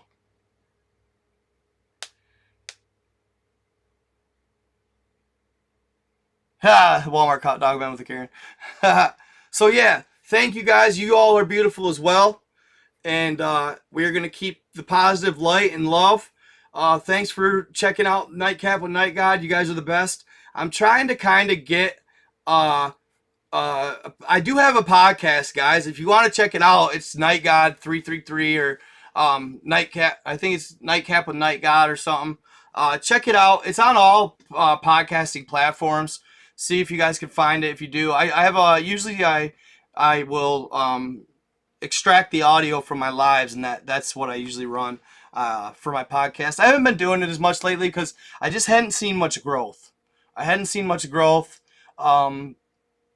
which is, you know, no super good excuse, and it takes a lot of time. But yeah, I just hadn't seen much growth. But a lot of people have been hitting me up for podcasts lately, so maybe I'll come back to it a little bit. And I'm gonna keep in mind too, you guys. Thank you so much, Wounded Angel. I'm gonna keep in mind too the suggestion of call-ins that you guys talked about, of having people call in and tell their story. Okay, I just might have to have somebody here like you saw Miss Brooklyn there. I might have to have her come and screen the calls, okay, to make sure that they're legit before I actually play them out loud on my platform, because I don't want any trolls to break through and totally ruin me by talking outlandish dirt, okay?